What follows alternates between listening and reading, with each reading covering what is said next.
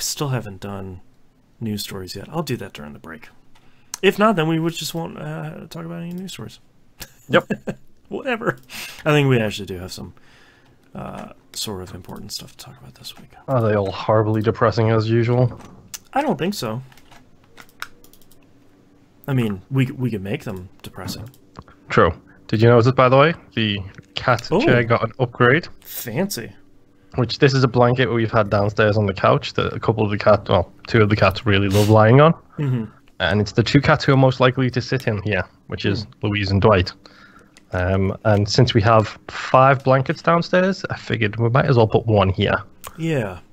It's a nice neutral color, and Dwight has already taken advantage of it during one of, I think it was my Friday stream. Mm. So I know he likes it. The big man. I do have some goodies to show off this week. So, every once in a while, so you've listened to the show for more than 5 minutes, you know I like Destiny. Wait, hold on, what? I know, newsflash here. And if you have played any Destiny with me, you know I'm addicted to collecting emblems. 100%. So every once in a while, they will say like, oh, buy something from the Bungie store this month, and you'll get an emblem. Mm-hmm. Cool. Every time that comes up, I'll buy a pin. Because they have like pin sets, where it's like, it's a blind bag, and I usually hate those. They're like $10, and I support charity, and I get a pin and an emblem. So I have a bunch of pins here I wanted to show off, because I haven't, and I've been buying these things for a while. This is from Pin Series 1. This is the, let's show this first one. Ooh. Oh, it's focusing too much on my face. There we go. Ooh. Very nice.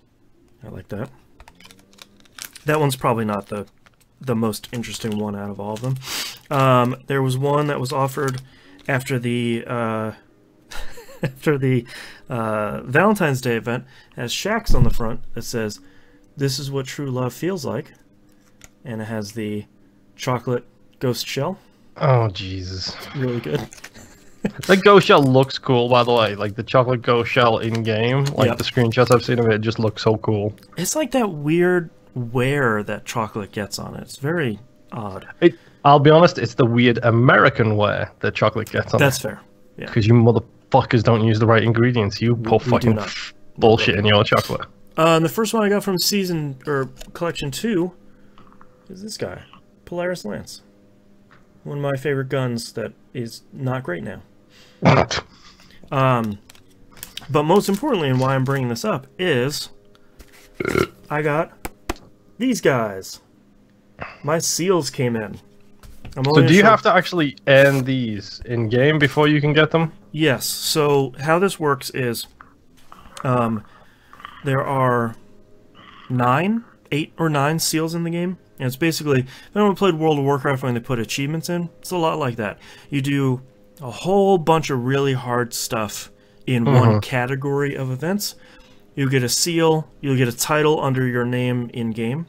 Yeah, I'm still forever proud of the fact that my priest has the brown war bear mount, which is the For the Horde achievement, when you go and kill every single town leader of the Alliance. Right. Which is, you have to do that in a group of like 60 people and just run into the town, kill the leader, and boogie on out. Yeah, so I have 2 titles, 2 seals right now. Wayfarer and Dredgen. Probably the quote-unquote easier of the ones to get.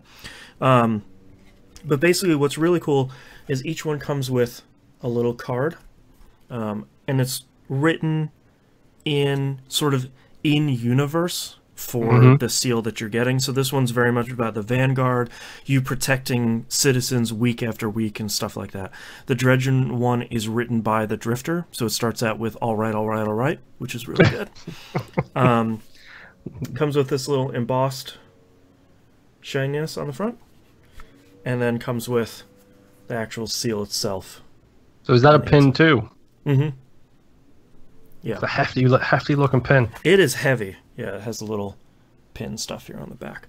Yeah, it is. It is really heavy. It's probably about the size of a $half, and it is very, very thick and very heavy. I'm sorry, I'm not from this country. $half, that's from what, the 30s?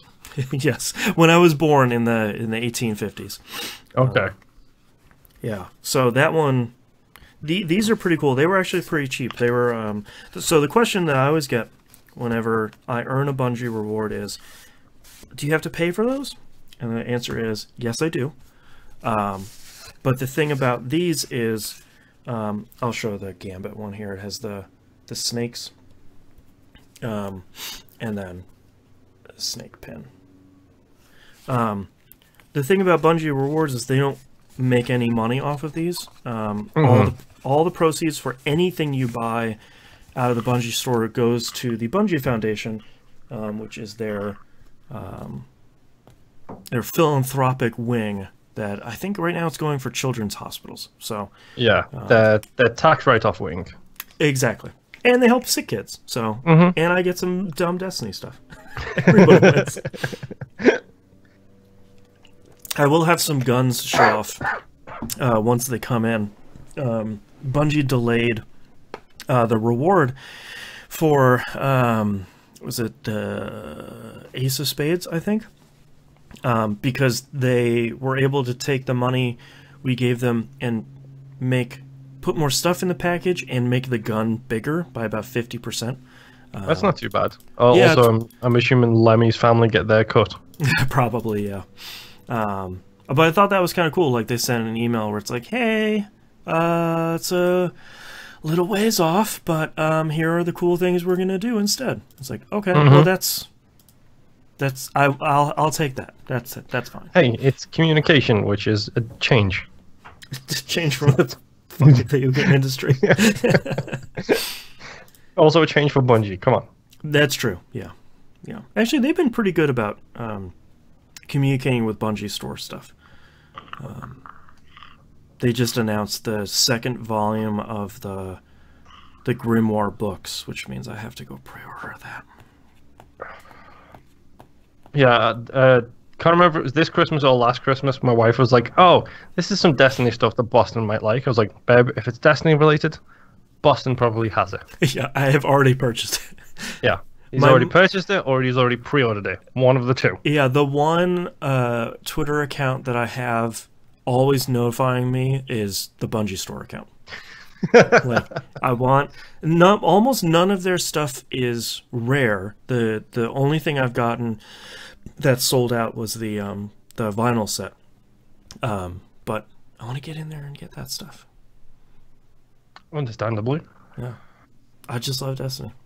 I'm not gonna lie, my favorite, like, the thing I love about this kind of stuff is I love when you get physical shit that has digital counterparts. Like, when you buy something, like, I think you mentioned one of the Destiny Funkos came with like a fucking banner. It's like stupid fucking rare. Yep. It's like, that's my favorite thing, is like, I will buy this physical thing to put on my shelf. That's why I bought another one of these ghosts. It came with an emblem, which I don't think they preview on here. No, they don't. Well, like, that's my favorite fucking thing. Like, the thing, my wife loves Rainbow Six Siege, and so far I've picked up all of the Rainbow Six Siege figures for her. Okay. Yeah. Like, they look like Funko Pops, but they're made by Rainbow Six Siege, and they're a lot more detailed than Funko Pops. But every single one of those fuckers comes with a code that you redeem, and it gives that like little toy as a fucking pendant for your weapons. That's so awesome. You can have the digital version of that figure as a weapon pendant. I would have bought all of those. I did for my wife. Yeah. Yeah, it's the only downside for that though with Destiny is every once in a while someone will send me a message when I'm like out and about, and they'll be like, "Hey, where'd you get that emblem?" I'll have to say like, "Well, you had to buy like this book 2 years ago that they don't make." Yep. I'm so sorry. Sorry about that. Yeah. And a lot of times people send me like, "Hey, where'd you get that emblem?" And I was like, "Oh, you just have to go buy this thing in the store." And they're like, "Fuck that, thanks." And she's like, "Yeah, okay." So, sorry, I guess. I am a Destiny fan. You might not be as much of a Destiny fan as I am, right? But I am a fan. Yeah. That reminds me, I need to get a life. Well, that'd be nice, yeah, if possible. No, the end of the season is coming in about a week for Destiny 2, so I want to see if I had anything outstanding for this season that I needed to get, and I don't believe that I need to. There's one thing I'm going to miss, which is sort of a bummer. It's one emblem. I believe in you. You can do it. I will have to run 25 Nightfalls to completion in the next week. I believe you. You can do it. I would rather not. I'd love the emblem because it looks cool, but I don't want to. All right, I got all the holiday stuff. I got all the dawning stuff. Crimson and Days. You call yourself a Destiny fan. God, yeah. Well, now more and more people are starting to play, so got some good stuff going on there, which we'll talk about during what you've been playing. Yep. I have all these items that it says I don't have. It's a lying website. Is it Bungie's website? Because I hear lies are the big thing these days. That's all what video games are about, right? Yep. Also, I forgot to open Twitter, so it's going to be a couple of minutes delayed on my retweet. You know, I forgot to open up YouTube and Twitch as well. As usual. I got Twitch open. I don't think... Boop. Boop. Okay. Hello to everyone in chat. How's everyone doing? Yes. Hello, chat. That's YouTube open. Let's open up Twitch. Hello, Moonpeer in the chat. It always weirds me out when my name is a different color every week. And hello to Jess. Oh, God. Yep, chat is out of looking weird on the stream, by the way, so you might want to look at that. Hey, thank you. Boop, there we go. Accidentally had it one layer too deep, did we? Maybe. All right, you ready to do this thing? Excuse me? My wife is in chat, and you're propositioning me. I mean, yeah. 1, 2, 3, 4, 5, 6, 7, 8, 9, 10, 11, 12.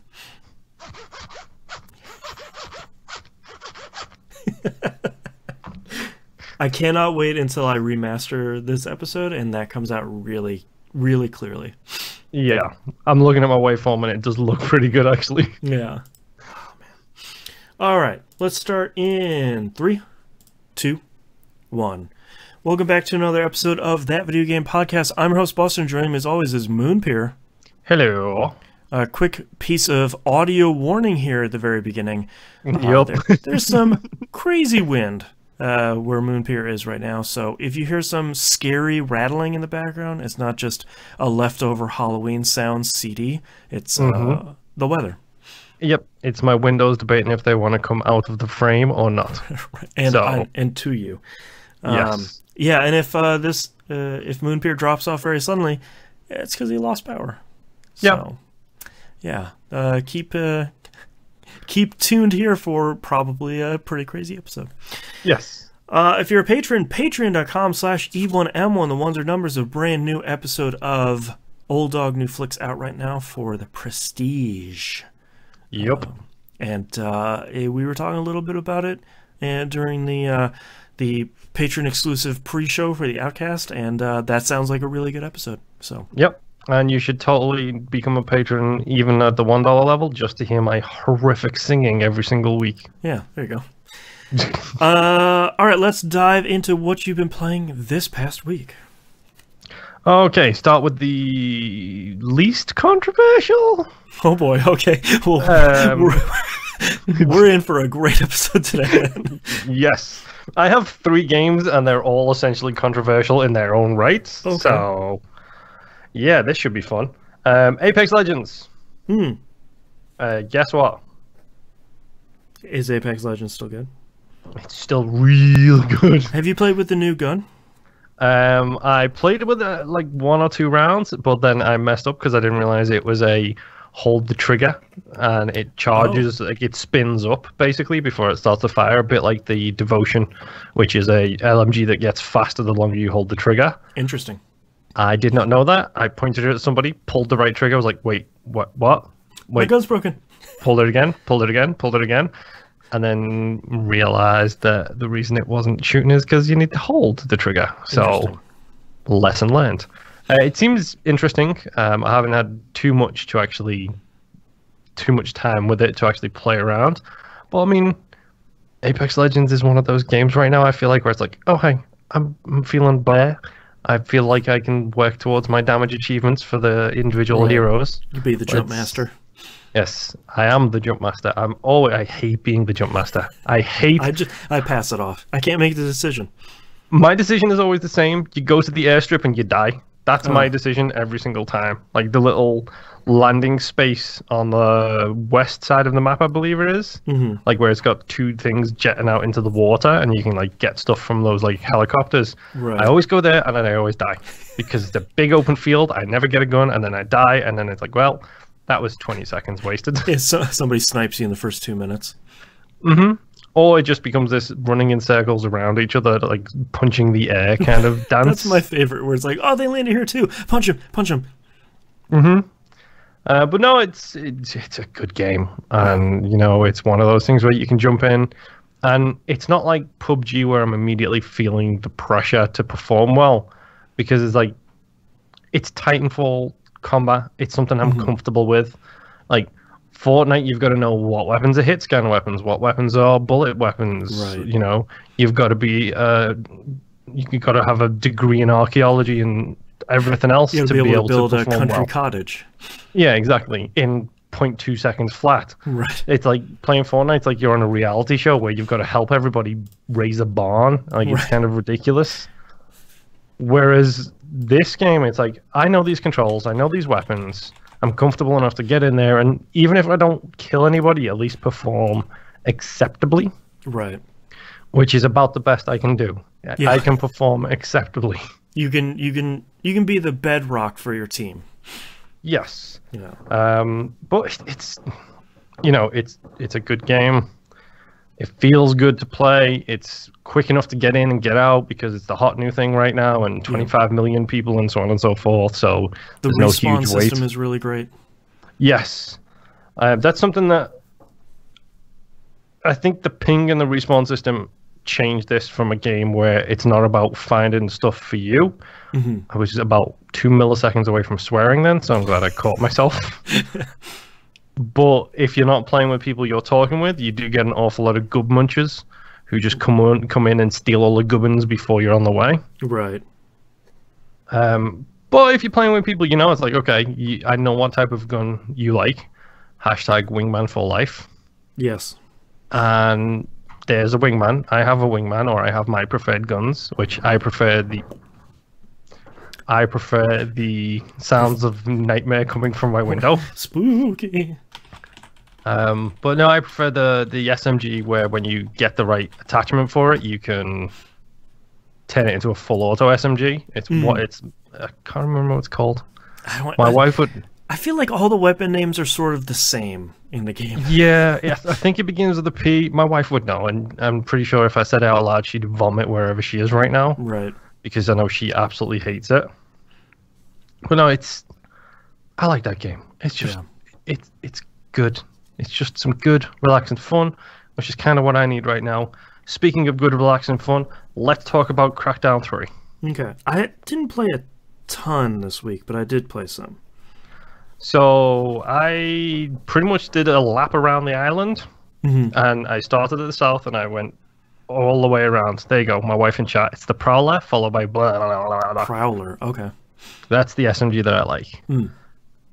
So I playing Crackdown 3, when I started at the south of the map where you do, and then I literally just did a clockwise motion around the island, and now all I have left is the dead center of the island. Okay. So I've got the huge towers to do, and that's pretty much it.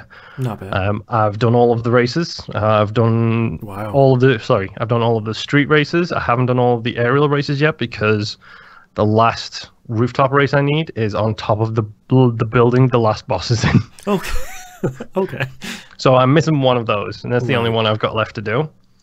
I've got to say, being level 5 and everything now, pretty sweet. having my driving skill to the super secret max level of 6 Okay. is cool, because now when I beat my horn, I get sonic sound waves that come out of my car Great. and blow everybody off like ragdoll physics. That's really good. It's dumb fun. Yeah. And it must have done something, because I joined my wife's game, or my wife joined my game, I should say, and it runs fine. Hey, nice. We can't do street races together, because then it just becomes a framey mess. That's weird. But we can run around, we can shoot people, we can collect some orbs, we might be able to throw cars at each other.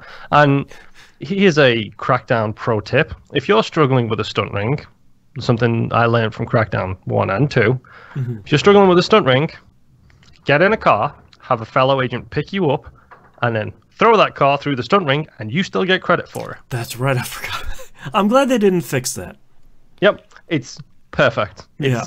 That is the quintessential Crackdown experience, is sitting in a car and having your friend throw you 7 stories up just so you can get a stupid stunt ring or an agility orb that's too high for your current skill level. Breaking the game in the positive way.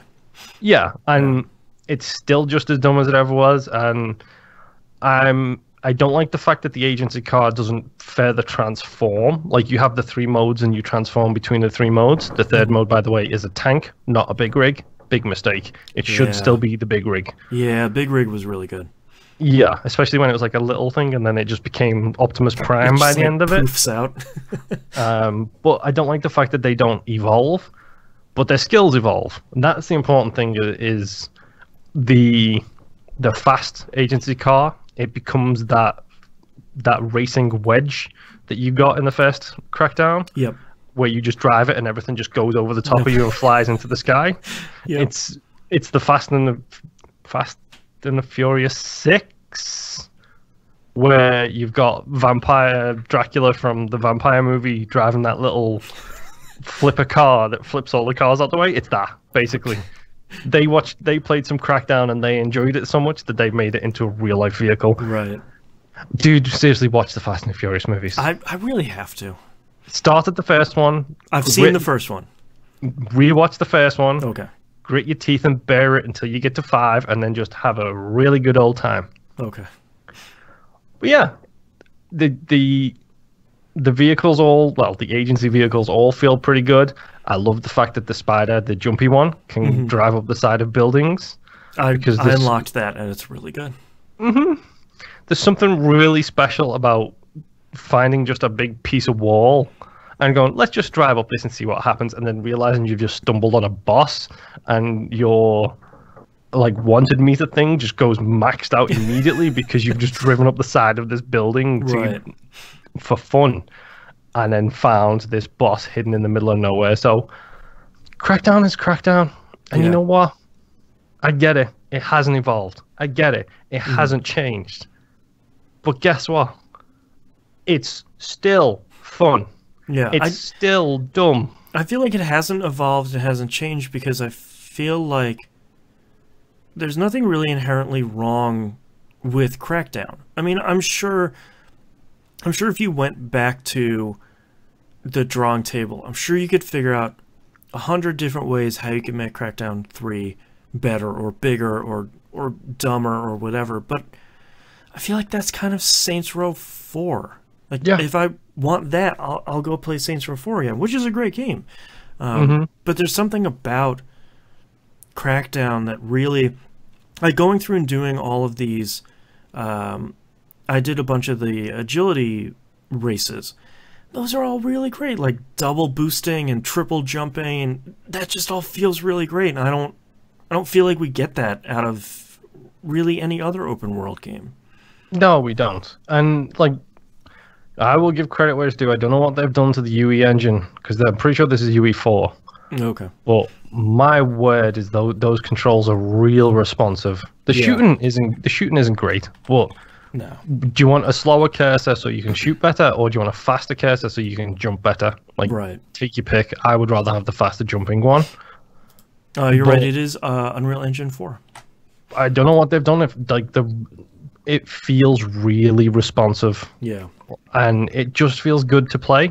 And I do like the fact that, just like the old Crackdown games, they've given the agents, the visible appearance change as they go. Because I was using the lady who got the 10% driving XP bonus. Hence why my driving is max and nothing else is right now. And 5% agility bonus. And watching the evolution of the suit as you go, and then the fact that that's the same suit they're wearing in the title screen. If you back out to the menu, they keep wearing their interesting. leveled up agent suit. My God, her legs are just tree trunks. They're a concrete foundation of pure joy. Right. I was standing with a minigun, and my wife pointed this out. I was standing with a minigun, just unloading at the street. My entire upper body was shaking. My controller was vibrating across the room, and her legs were as solid as tree trunks.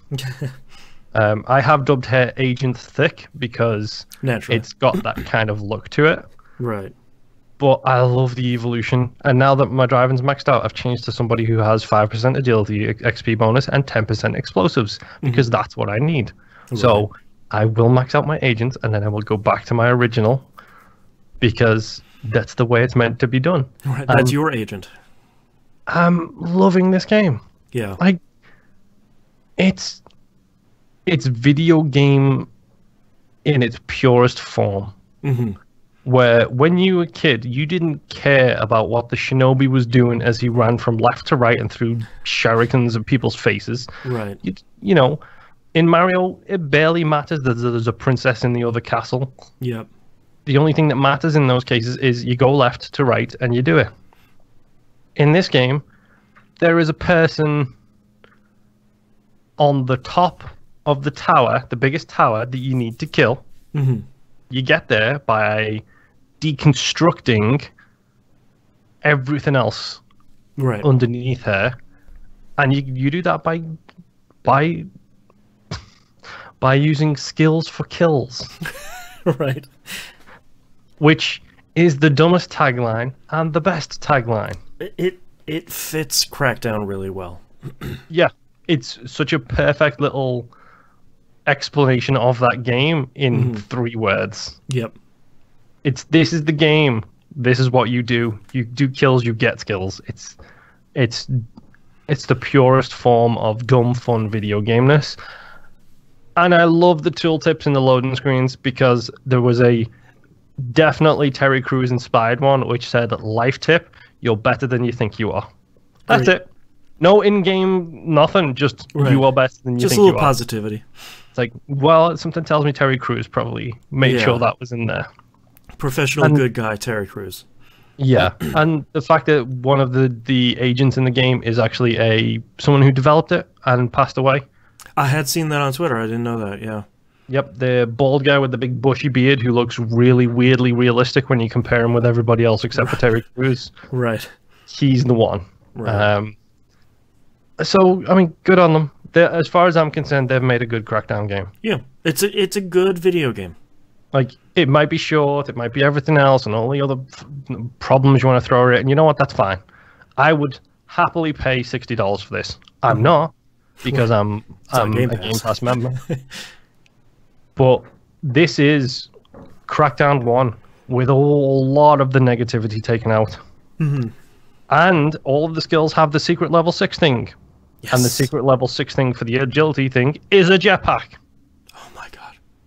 That's the best news of 2019. I kind of want to spoil them all. Sure. Because the melee one, when you punch people, you cause an explosion. Great. That's perfect. All this stuff is perfect. And the firearms one, you get super high-powered bullets. So when you fire, it sends people flying. Oh, man. They're all just so perfect for Crackdown. And I unlocked the Vortex shotgun, which, by the way, is a force projectile shotgun. Oh. And my wife decided to push me off the top of a building, so my response was to jump up to the top of the building and then send her flying off the other side with a Vortex shotgun. As one does. Yes, because payback's a Vortex shotgun, I guess. I don't know. I can't finish that phrase on the show. Yeah. But it's fun picking up cars and throwing them into the sky. It's fun doing all the dumb stuff and just having a laugh. Spell LARF, because that's how you're supposed to spell it. It's just a fun, dumb game, and I am perfectly fine with this Crackdown and the state it's in. To me, this is a 9 out of 10 game. To me, Alpha Protocol is a 9 out of 10 game. Yeah. Because we actually spent a lot of time on We Roguelike It this week. It's episode 18. Talking about games that are hitting us at the right time.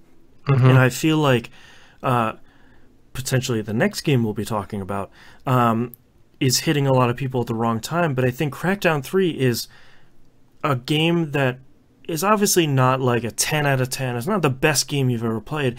But I think for so many of us, it's hitting us at exactly the right time. And it's just fun enough and just dumb enough to just be exactly what we need in early 2019. And I think that's really great. Yeah, I mean, come on, it's 2019. Who doesn't want to go on a rampage against the corporations of the world who are literally oppressing everybody? Right. Yeah, I was talking to a friend of mine and friend of the show, Jimbo Jangles, this week, and I think I sort of broke through what I was thinking of with Crackdown, which is it's not going to be Game of the Year, and that's okay. And I think 2017 and 2018 have sort of ruined us for thinking like every game that comes out has to fight for the #1 spot. Like it has to be like Spider-Man and God of War and all this other stuff. It has to be #1, or otherwise why did it even come out? And yeah, Crackdown's, like you said, Crackdown's just a really great game, and that's good enough. Yeah, I mean, it's like I said, the critics who apply their criticism against it are correct. It is the same game. It's well, it's quote unquote the same game, which is to say, it has basically the exact same mechanics as Crackdown 1. It's the same framework and all that.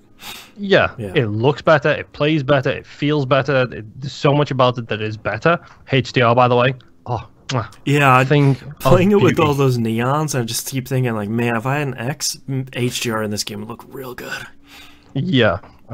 Please don't kill me, ghosts. Ooh, we love HDR too.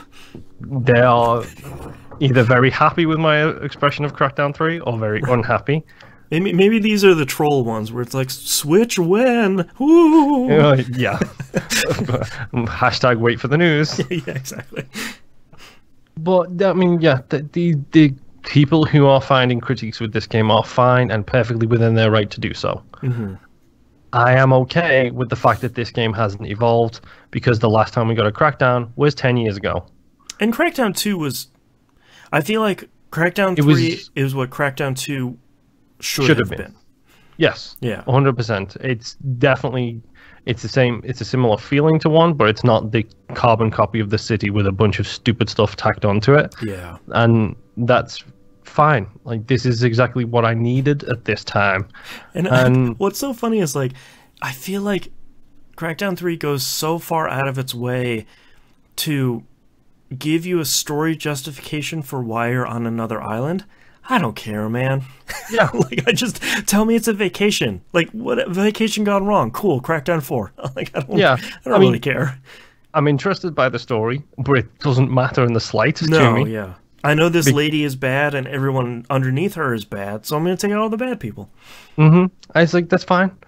The problems this game has gone through in development, I was not expecting much. Yeah. I wasn't expecting a Saints Row 4. I wasn't expecting something to blow my socks off. You weren't expecting The Witcher 3. Like, that's not going to happen. Yeah. The Witcher 3 wouldn't fit a Crackdown story. Imagine the serious, dour nature of The Witcher. It's like, let me meditate and get all this stuff and take over this propaganda tower. All in my blades. And then stand up and jump 60 foot in the air. If only I was faster at that agility challenge. Exactly. So, it's absolutely fine that this is Crackdown 1 Evolved, because I don't have a problem with that. People waited 14 years for Kingdom Hearts 3, and they seem to be really happy with that, depending on who you talk to. It's so funny you bring that up, because in the first 2 months of this year, we have had 2 games that have been hotly anticipated that are largely unchanged from their last outing 10 years ago. And it's okay. Yeah. But one of them seems to get a whole bunch more flack than the other one has. Yeah, well. Crackdown 3 doesn't have Donald Duck in it. I mean, I'm just... That's the... Dude, that's the differentiator. Donald, you went with Donald. Who was I supposed to go with? Goofy, man. Well, Goofy is the real hero. Goofy? Yeah, okay. He doesn't cause arguments. He That's keeps the team together. He does keep he's the team one He's the one who speaks sense. Goofy is the hero. Yeah. He doesn't vocabularize it well. Right. He just speaks sense. Yeah, there's a lot of garshes there, but he does stop arguments. Yes. And my final game this week, we all know where this is going, folks, because this is the transition game, and this is the part where I get to say minor positive things, and then Boston takes that positive things, puts it on a bonfire, and then sets it on fire. Okay, let's go. Okay, so my final game this week, Anthem. Yes. I have played about 5 hours of Anthem. That is it. I've played like 7, maybe. So okay. I'm around there.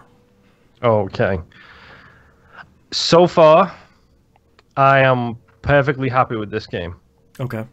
I don't mind. I like the city. There's a couple of characters I'm really connecting with already. That stuff is really good. Fort Tarsis is cool. That's a cool place to be. Owen is hilarious in all of the best. I feel exactly the opposite. Oh, you the opposite? I hate Owen so. Part of my problem is, Part of my problem is, I feel like most people that are speaking in this game are trying to do a vocal race, and Owen is the worst. Where it's this, like, it's like somebody that's in a 1950s movie where they're trying to get through the script as fast as possible, and there's no. We often have the opposite problem in video games where someone will say, like, that's right, huh? It's the Kingdom Hearts 3 problem. Yeah, it'll be like 3-second pauses, and your freelancer will be like, that's right. But instead, there's no natural pause between. The voice actor for Owen is fine. I'm a little sick of, like, the plucky British sidekick, because I feel like that's often overdone. I think did you pick male or female freelancer? I picked male. The female freelancer voice actor is really great. I'm gonna have to look up who it is. Okay, my wife went with female. Yeah, it's really great. The thing I will defend in Owen's case here is I've done a fair bit of talking to him, and you get the distinct impression that maybe he's got a touch of ADHD there somewhere along the line. Yeah, and there's a lot of bravado there. Like, there's a lot of false bravado with him. Yeah, I did love his intro where he's like saying to the woman that there's a problem with the chair. He's like, no, there isn't. Yeah. Like, there isn't. Yeah. I'd like causing trouble. Sarah Emily is the female protagonist. Okay. While we're on the subject of voice actors, did you catch Louise Belcher? Yes. I also forgot that Catherine Tate is in the game as well. Yep. I was about to say, did you catch Donna Noble? Yep. Yeah. There's a lot of really good voice actors in there. There's a lot of I hit the big cutscene with Princess whatever her name is. I don't know if you've gotten up to that point. Nope. A lot of good performance capture there. A lot of really good. Some of the texture work on some of the people seem uneven every once in a while, but voice acting across the board is really good. Performance capture is really good. Facial animation feels pretty good most of the time. Yep. There's a couple characters where it's like, that's a little played up a little bit much, but I think that stuff is largely really good. Yeah, I do feel like they made a lap around the UK to see how many different accents they could fit in. Right. Because you got the Welsh guy who's lucky, you've got the Scottish lady who fixes your stuff, you've got Donna Noble who is kind of Cockney. Mm-hmm. You know, it's weird hearing the variety of accents in there. Yep. Hashtag no Scousers yet. I'm watching and listening. Yeah. They would need to automatically have subtitles on if they did have Scousers in there, though. Right. So, I like the fort. Yes. When it comes to the suits, the javelins, I have only just unlocked my second one. Me too. What did you start with? I started with whichever one the Ryu one is, like the ninja? Interceptor? The ninja looking one. So fast movements and melee attacks. No, that's that's Interceptor. I picked. So it's Interceptor, Storm, Colossus, and Ranger, I think is the last one. Yeah, Ranger, Strider, whatever. Yeah, I picked that one because I thought, well, it seems to be the jack of all trades. It'll get me through the early stuff where I don't need that. I recently picked up my second one is Storm because I heard that one is really fun to play. I haven't played it. We literally went in verse. Okay. I started Storm, and my second one was the default one. Okay, Colossus will be my last one because that's not a role I enjoy playing. But you're not a chunky fan. Yeah, I'm not. I don't. I'm not a professional big boy, so I don't need the shield and the tankiness. But yeah, I think if there's anything that sets this game apart from other games in this subgenre, the Schlooters. Yeah, the loot shooter. No, Schlooters. Alex Navarro has dictated Schlooters. I feel like each one of those javelins looks so cool. Yep. I love the fact that you can change the textures on all of the different parts. The customization is probably where I've spent like an hour of my game time, where it's like, oh, how does that look with this? No, that doesn't. How's this vinyl look on? Oh, that'll go well with this color, and sort of like, oh, okay, cool. I am totally debating at some point spending the coin to get the N7. It looks really good. Check it out on the Storm. Oh no, okay. Because on the Storm, the stripe doesn't go down the arm because that's where their powers are. It goes down the cloak on the back. Oh no, I'm gonna buy that. And it looks so cool. And so far, to anybody who's worried about the microtransaction stuff, so far it's cosmetic stuff and emotes and textures for your javelin, and it seems like obviously we haven't gotten to the end game. But it seems like there are enough methods to generating coin in the game by doing the weekly and the daily and the monthly stuff that without getting there yet, it seems like that won't be a problem. And you get a bonus coin every week based on how many of your friends are currently playing Anthem. That's true. Yeah. Even though Alliances aren't in right now, it's basically just a friend bonus. Yeah. And right now, I think my friend bonus is like 5,000 coins waiting for the end of the week to show up. It's like pretty good amount, yeah. It's like, okay, I spent almost that amount getting the weird bow for the Storm, so... I got that one too. So yeah, the game looks beautiful. I mean... Yeah. HDR works now on the Xbox One, that's fine, whatever. Even Same before that, the game looks beautiful. Yeah. I don't know if there is a photo mode in this. I don't believe so. Because, oh boy, am I just wanting to take some screenshots of like dust motes in light shafts and I'd everything love to else. do that in free roam. Like, if it's not available in strongholds or missions, I could understand that. If I could do it in free roam, that'd be really great. Yeah. So, I don't mind the guns. I like the way they feel. Certain guns I think feel better than others. Like yes, the Storm has access to the heavy pistol, which I do not like. I don't like the heavy pistol at all. Is that just the one shot? Yeah, I've tried that and they seem fine. I quite like the machine pistol. The 3-burst one? No, just a regular old machine pistol. Fires like an SMG. Okay. I've mostly been using the DMR, the battle rifle, so Desert DMR kind of rifle, where it's a single shot mid to long range rifle. What are they called? Because I bought the Legion of Dawn edition, the like extra $20 edition, and it came with 2 legendary, the highest tier items. One is like a class item, it's fine. The other one is a legendary version of that type of gun. What do they call it? Like a scout something? Scout rifle, yes. Yeah, in Destiny it's called a scout rifle. It's the single shot, long range sort of thing. those feel pretty good. I kind of dig those because they start you out with an assault rifle, which is an auto rifle in Destiny parlance. It feels a little pea shootery. Yeah, like I don't feel like it has the impact behind it, which it's not gonna have a lot of because it's an AR. But it just didn't feel like. It felt like the enemies were a little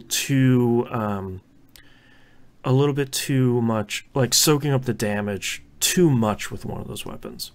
Yeah, and it's worth mentioning, by the way, so far I have played this game with a group of 4. Oh, okay. A group of 2, and then free roam by myself, because I just wanted to explore the free roam a little bit. But when I started the game, I played it with my wife, T-Bomb, and Brain Eater from the community. Right. Then I did a couple of missions with just me and my wife. Medium difficulty is way too easy for a group of 4. Yeah. Bump it up to hard, minimally. Yeah. But so far, I'm kind of actually enjoying this game. There are some minor issues I have with the game. The difficulty being a little easy is one of them. I love the skills. I picked the Storm. Like, that was my starter, and the special abilities on that thing are both incredibly flashy and incredible looking, because it's like, here's ice, lightning, and fire effects, right, with HDR in 4K, because why not? It's still, I am not going to be the first person to say it, and I will not stop harping on this. The game really needs to explain combos with primers and detonators and all that stuff. And if I'm saying that to anybody who's playing Anthem and that doesn't make any sense, you need to go look it up, because it strengthens your skills incredibly. And the game doesn't explain it except for in the codex. I mean, the cortex.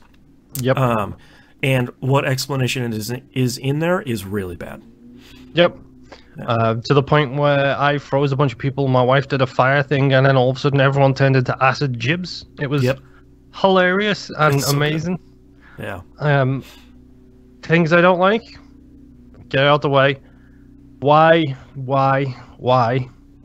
do you have a lore that is so heavily routed in text format in a multiplayer game?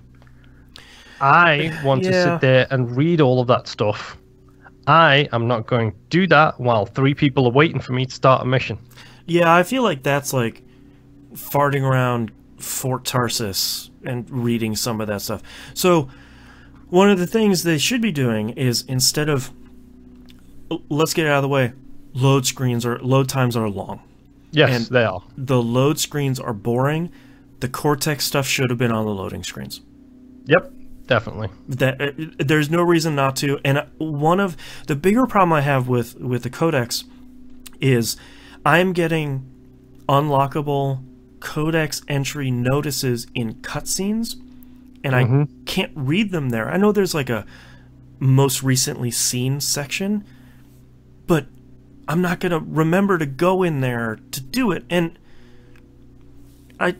it's the same problem that Destiny 1 had, is you need to tell more of your story in the game. You can't just say, here's a very serious intro about the Anthem of creation and the Calicephony or whatever the hell that thing is called, and striders and javelins.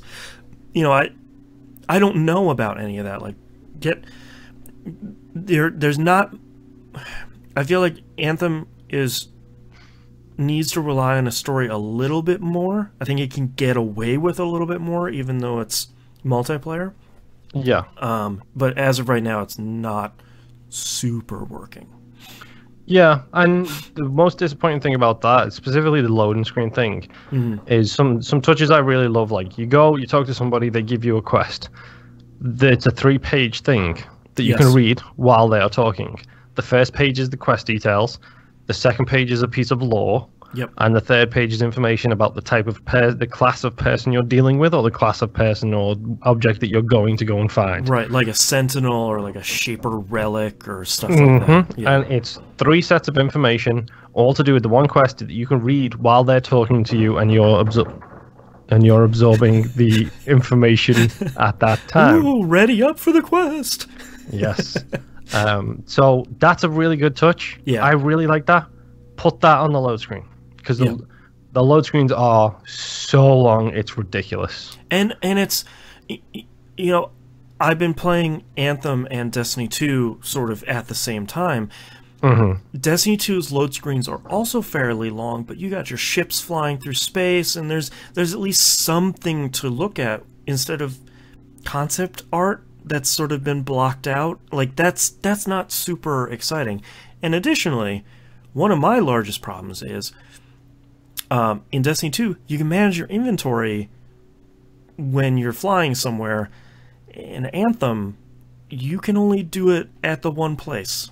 When did they start that? Because last time I played Destiny 2, which granted was a long time ago, that was loading screens were just like they were in Anthem, where it's like, here's a loading screen, deal with it. That was launch. That's been since Destiny 1 launch. I did not know that. Yeah. But I think there's two, to me, there are two large gear sins that are committed in Anthem. One is, you can only manage your gear and your loadout at the Forge. With the loading times as they are, that really sucks if you, like, go out in a free roam and you find, free play, and you find, like, you don't like the machine pistol. Well, you gotta spend a whole lot of loading time to get back to the Forge to switch that out for something. Yeah. Other thing is, there's no character sheet. To me, this is like a mortal sin for gear-based games. I cannot see my overall gear stat. Like, 3 pieces are giving me lower, you know, L1 gears. Oh my god. So they called your abilities gear, which is terrible, because you also have gear score, which is the overall power for all of the equipment you have equipped. It's the way I think that they might only be called gear on that specific javelin. Okay. They're called other stuff on other things. On the Storm, I'm assuming we're talking about the left bumper, melee, right bumper things. Yep. On the Storm, I'm pretty sure they're called something else. They're called like focal points or something on the Storm. That would make it a little bit better. But like, there's so much gear stuff in this game that to me, there's so much stuff in Anthem that feels old, that hasn't followed where the loot shooter subgenre has gone, and like not having a character sheet, only having one place to swap your gear, and not having really clear stuff about here's what this percentage does it do it to your character or your weapon or your skills or stuff like that. That stuff being really really vague is for me is a real big sticking point. Yeah. I mean, no, I think this is where the biggest demarcation of likes and dislikes is probably going to come from, is because when I played Destiny, I didn't get to the point where gear mattered. Right. I got new stuff. It made my number go higher. Great. Right now in Anthem, I'm playing it the exact same way. I get new stuff. It makes my number go higher. That's fine. Is it green instead of white? Cool. I'll use that. Exactly. That's where I'm at right now. I think the question for me will maintain when I get to the end of this game. Am I going to stop playing it, or is it going to have stuff there for me to continue playing it? Right. What does the loop look like? Yeah, because right now I don't know. Right now I'm just enjoying being in the world. Yeah. I'm enjoying the video game aspects of it, which is to say, I'm enjoying being in that environment, in those javelins, in that world with those people, and learning it. Like, I want to load up the game and just go through the Cortex and read the whole thing, because this world is genuinely interesting to me. I want to know about these Shaper relics. I want to know about these giant underground things that destroy the world. How many cities are left? You know, all this kind of stuff I want to know. But that's going to get me so far. Right. When I get to the end, am I going to get my achievements and then stop? Or am I going to do that and uninstall it? Or am I going to do that and wait for the next piece of content? Right. Like, that's where I'm at right now. I'm not a reviewer. I don't have to sit down and play this game for 40 hours to try and get to the end game as quick as possible. 40 hours in a week. Yeah. Exactly. I don't have to do that. And I'm kind of deliberately choosing not to do that unless something really grabs me. Resident Evil 2, I probably put 60 hours into it over the course of a week and a half because that game was genuinely fantastic to play. And it's not that this is not fun to play for me, it's more a case of I'm dipping my toes in and then dipping my toes out. Right. Dipping in, dipping out. And I've only played it twice. It came out on Friday, so I played it a little bit on Friday night. I played it a little bit yesterday, and then Crackdown 3 happened. Right. You know, so for me, the big thing for me is I have not played enough of these loot games, these shooters, to be up on time with the parlance. Like, I don't know what the latest hotness is and all these things. So I've probably got a bit more patience with this game than someone like you would have, because you have been there from the Destiny 1 days all the way through to the disappointment of Destiny 2 and seeing them make the same mistakes again and then seeing them fix those mistakes as Destiny 2 has evolved. Right. And I'm sure you'll agree with me, Destiny 2 is still not perfect to this day, but they have made improvements as they go. It's in a really good spot. And I think Destiny 1 and Destiny 2 and The Division 1 making their mistakes and Anthem making very similar ones, to me, is one of the biggest issues. For Anthem to not learn from what especially Destiny 1 and Destiny 2 has done, to me, is just baffling. I think from my perspective, if this was a Ubisoft studio, if this was an Activision Blizzard studio, I would probably feel the same.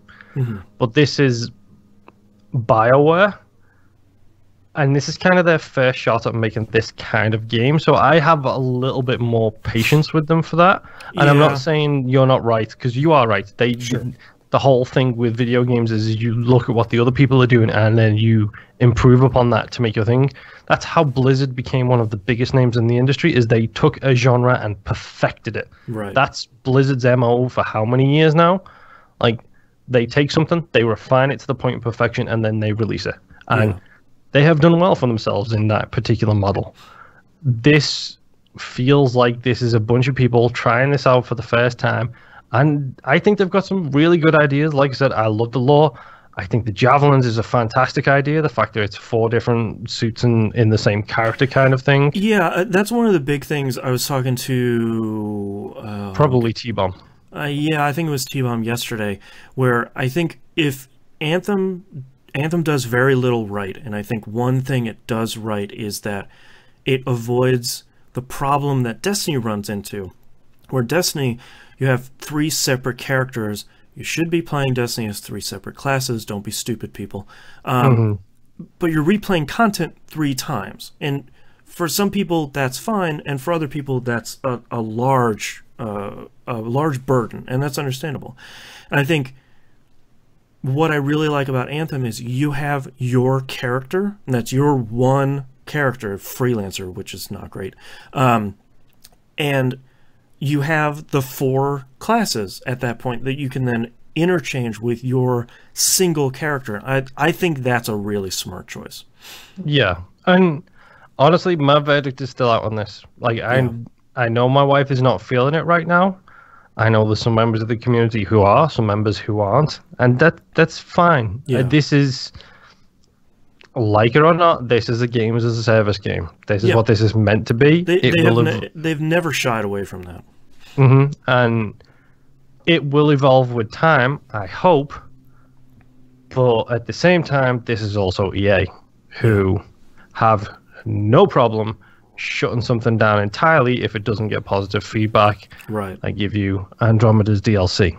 Well, and I feel like BioWare have done a really good job of laying out their roadmap really early. Like, the game came out on Friday, and alongside of this, say, hey, for the next 3 months or so, here's a roadmap. We're keeping some of the stuff secret, but here's where some of the stuff is going.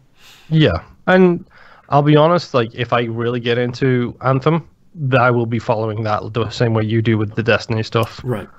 But at the same time, I also have someone in this household who has picked up a different shooter that comes out in 2 weeks. The Division 2? Yes. I am really curious to see what the Division 2 does. Me too, because we've talked about this with We Roguelike It a lot. The Division 1 is an amazing groundwork. Yeah. And the things they did to that game between the release and still to this day, the things they've done to that game are truly astounding and supportive in a way only Ubisoft seems to be these days. Right.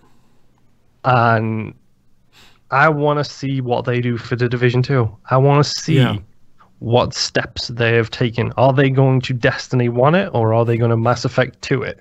Well, and unlike BioWare, have they learned from the mistakes of the genre? Because Anthem is making mistakes that even Borderlands solved. Like it's baffling, and I think if the Division 2 can come out really strong, I think they can take a lot of that player base away from Anthem.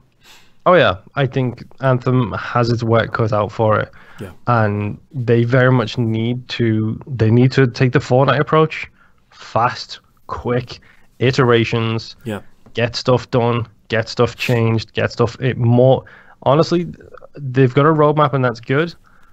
The faster they can put content into that game, the better. The faster they can make changes that will make people happy is better. But at the same time, they need to stick to their ideals. They need to stick to what they want to do. Like I said, from your perspective, I understand. You've gone through this whole cycle with D1, D2, maybe a little with the Division, but not a whole lot. But you've been in the long haul of this for what, 8 years now? Destiny 1 came out 5 years ago.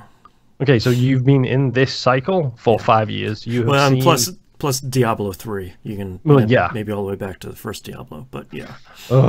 Yeah. But I mean, Diablo 3 was its own special kind of hell. Yes. Because the whole... For everyone involved. Yes. But you've been in that loop for so long. I haven't. So I'm seeing a lot of people complaining about bugs, which I haven't seen. I'm seeing issues which bugs. Honestly, the biggest difference I think between the pair of us is I've run into one bug, which is if I choose to redeem my Twitch Prime stuff or whatever it is, it crashes the game. Interesting. Or what's going on in the world or whatever. Basically, it's like that news thing on the main menu. If I try and launch that, it crashes the game. Okay. Which fun. Apex did the exact same thing, which makes me laugh.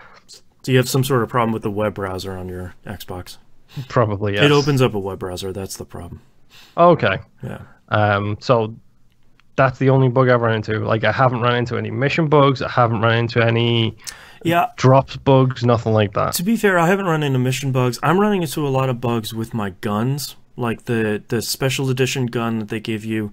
I can actually fire it to the point where it gets under, like, the ammo count will say -3 in the clip, and then I will reload. It will cancel, shoot a bunch of bullets, and then fully reload then. So I'm missing a whole bunch of time where I could be shooting enemies.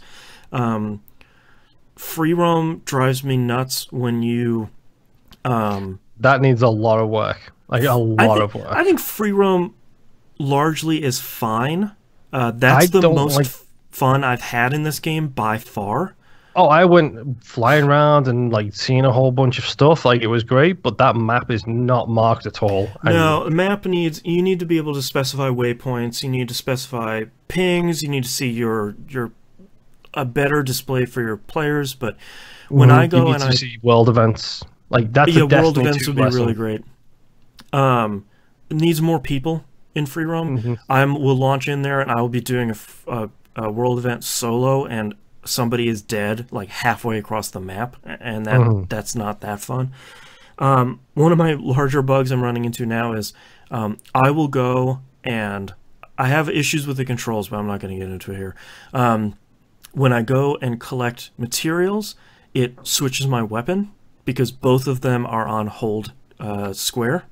Okay, I don't know if I've got that one. I've definitely collected materials, but I'll have to have a look and see if that happens. Yeah, it's not fun when I'm expecting to do some long-range stuff and then I'm not firing. Number one, firing the wrong gun, or number two, not firing a gun because somehow I'm not holding a gun anymore. Yeah. Have you done either your first stronghold or have you hit the brick wall mission? No to either. So I did see your tweet about the stronghold, which made me giggle. I'm fighting on whether or not I'm going to go back to Anthem because of both of these things hitting at the same time. Around level 9 or 10, it gives you your first stronghold. And I thought, well, let's go in. And I matched into a normal stronghold, was getting one-shotted like crazy. Oh, wow. And all four of us were together. And one of my larger problems in this game is the "you're down" screen sucks. Yep. It's one of the worst I've seen in a video game in a really long time. And if you're like me and you're playing solo, and I still drives me crazy that they have VoIP opt out. Just the number of times I've been in quests where people are just have their TV too loud, or they're complaining about us and they don't think their mic is open. That stuff is really rough. Yeah. That stronghold, the thing with the stronghold too is I don't know, was I under-leveled? Because my gear score is like 70, was like 75 or something. It's like 80 something this morning. Was I under-leveled? Was I the wrong class? Like, there was no information for me about, like, comparing it to Destiny. When you get killed by something in Destiny, it says recommended light, blah. And you can see it's like 390, and you're like, oh, well, I'm 290. Way like, under-leveled, I should not be doing this at all. There was none of that feedback. It was just, hey, that sniper 400 yards away hit you once and got rid of your shields and your health. And now it's taking my party members 10 or 15 minutes to get me back up. Yeah. That's not fun at all. And I can't even spectate what they're doing. I will admit, I think any of that issue specifically for me is alleviated by the fact that I've been playing it with community members and my wife. Yeah. Like, and that's not on you. They need a better system. They need a better system to, number one, tell people that you are down. Yep. And number two, have some way for you to see if they're actually coming to help you or not. And they need a respawn capability. If they had a respawn, even if I respawned like all the way back, and it would do that dumb like get back into the mission thing, 25 seconds, that would be fine. The thing is, I can't do anything. The music is gone. Most of the sound effects are gone. It's, it's muffled. It's just, most of the time I'm just pulling out my phone and just waiting for someone to come and get me. And that's not what I want to do. I want to, even if I have to do like a corpse run, I'd rather do that than look at Twitter while other people are having fun fighting. Yeah. The other big frustration point is I didn't think the brick wall mission would come so early. Is this the one Jeffrey G was complaining about? Probably. So BioWare does this all the time. Most recently they did it in Dragon Age Inquisition, where it's like, cool, you're doing great. Your influence needs to be way higher to take on the final boss. They always have a history of doing this. And early on, they give you 4 missions. If you go to Cortex, you go to challenges, something, and then free roam. And there's like Is this the challenges of the Legion thing, where it's like, collect these number of chests? Yeah, and there's like 4 sets of them. The brick wall is basically like, hey, you're doing really great. But you need to do all 4 of these before you can do anything in the mission, in the story. So go do free roam. And it's like, I had been doing free roam in between every couple of missions just to make progress on this, and I had not yet made enough progress until I hit this brick wall, and I hadn't finished one of them yet. I did happen to check that. It's like the legend of the whatever. Yeah, like the legend of the name. It's like a name of a person. Yep. It's like the Legion challenges or whatever they're called. Yeah, Legionnaire challenges or something like that. Yeah. I can't help but wonder if this is another bug, because 2 of them I am already at 3 out of 4 complete, and I've barely touched the free roam. And some of them aren't that crazy. Like some of them are 50 melee kills. All right, if you're playing a melee thing or you're meleeing every once in a while a combo, you're probably doing that anyway. There's like get 50 kills with guns. You're going to get that real early. You know, there's some that are just, you know, revive downed javelins. 3 of them. That's easy. You're going to do that. But there's some of them that's like, get 50 combos. If you don't know how to do that, that's a problem. You know, pick up 15 chests. You do that in free roam, or you do that in strongholds. You know, find 10 hidden things in the world. You can only do that in free roam. You just have to spend time. I don't inherently have a problem with that. I'm frustrated that it came so early, and I have no... It doesn't seem like I have any real immediate options to go do contracts instead of free roam. And I like free roam. It's just, I'd rather be doing a mission to get some of the reputation up, or getting some different double stack stuff. Yeah. So between the 2 of those, Anthem has a long way to go for me to be a good game in this subgenre. Yeah, to be clear. And I think they can get there. I don't like how a lot of the shooting works. I don't like a lot of the movement. I don't like it being third person. Like, there's some foundational stuff about the game that I don't prefer. But I think there is some stuff in this game that's cool. I think Fort Tarsis is cool. I don't think the landing bay, the loading bay, whatever that social place is. I haven't even been there yet. I don't think it's fine. I just don't think that's what the game needs right now. I think there's some stuff. I don't really care about the lore, but I think a lot of it is really well written. I think it has a long way to go, and I think it needed more time in the oven.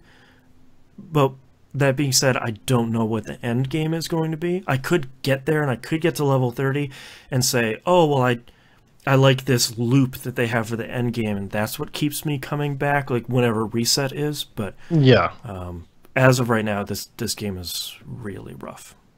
Yeah, and understandable. I mean, yeah, I'll keep playing it. We'll see how I feel in a couple of weeks. Yeah, I'll play it until I've finished it at the very least. But yeah, it's tough. Winemaker Joe in chat says, not sure if I can say for the whole cast, but quick questions. What are acceptable load times and why? Does the type of game make a difference in how long of a load screen you are willing to accept? Yes, 100%. Yeah, I don't mind loading screens. I mean, they're a necessary evil, but I mean, part of why Mass Effect 1's... They're a necessary evil unless you play on the N64. That's true. I feel like part of the reason to go to another BioWare game, Mass Effect 1's elevators were so hated, is because you can't do anything. You can't go in the menu and read the codex. You can't walk around. You can't... The same thing with Anthem. You're looking at the same 3 or 4 pieces of concept art, and I can't go read the codex. I can't go do something cool with my gear and like start breaking down gear in my vault or anything like that. Like, to me, there's nothing you can do, and that's what makes loading screens like this really rough, especially if you're in a party where it's 4 of you just saying like, okay, we're just sitting here talking for 2 minutes or so. Yeah.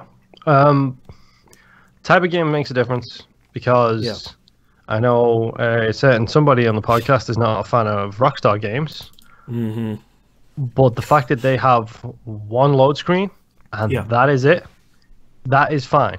I don't mind having to wait through a 5-minute load screen when I first kick up a game, because guess what? Right. I'm going to hit that button.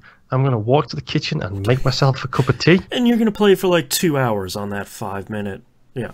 And exactly. Same with Anthem's free roam. There's a long load for an open world, and then after that, there aren't any. And if you're going to stay in free roam or free play for a while, that's going to be fine. But loading into that for a mission that takes like 10 minutes to go through. That's where it gets frustrating. That imbalance between the load and the content length. Yeah, I can't help but feel it's the load screen, the loading times suffer because of how beautiful the game is. Sure, because it's kind of a gorgeous game. Yeah, it does. I mean, Frostbite makes really great looking games. That's a good engine. Yeah, just tighten up the load screen on level 2. Right. Yeah. Anything else about Anthem? No, that's it. I'm gonna keep on chucking away at it, and yeah, between collecting orbs and smashing some fools, I'll probably be javelin around a little bit. Yeah. On the total opposite end of the spectrum, I've been playing a lot of Microsoft Solitaire. Of course. They just came out with a big patch that I was interested in because it sounds crazy. They added experience bars and leveling. Yep, they did. And I thought, why? Who told you about this? Who told you? The patch notes did, because there was a patch on my phone. There's a patch for Solitaire, and I was like, "What are you adding to Solitaire?" They said introducing experience and leveling. It's like, well, let's see what this is. And thankfully, it's fairly ignorable. You get more experience depending on how hard the deck is that you choose. And all you really seem to get are like card backs and themes for leveling. And that's really it. But dude, it's bars. It's bars. Yeah, to me, I think the only thing this really did was remind me I should go in and play the daily challenges, because those are really fun. And I've been doing those before I go to bed, and that's what Solitaire should be on your phone. 5 new challenges, and hey, remember Spider and Free Cell are really fun, and here are some challenges. I still don't know how to play Spider or Free Cell. The game, actually, what I like about Microsoft Solitaire is I feel like they have really great tutorials in there for each one of the modes, and even because I didn't remember how to play, it wasn't Pyramids, it was the other one. I didn't remember how to play one of the modes when I came back in. Went on, turned the tutorial back on that mode. First card, there's like 13 individual messages. First one said, combine 2 cards to make up 13 points. That removes the cards from the board. It's like, oh, right, okay, yes, gotcha. All right, now I'm okay. I can get rid of this tutorial now. I'm good. Yeah. So shockingly, Solitaire still a good game in 2019. A little bit about Destiny 2.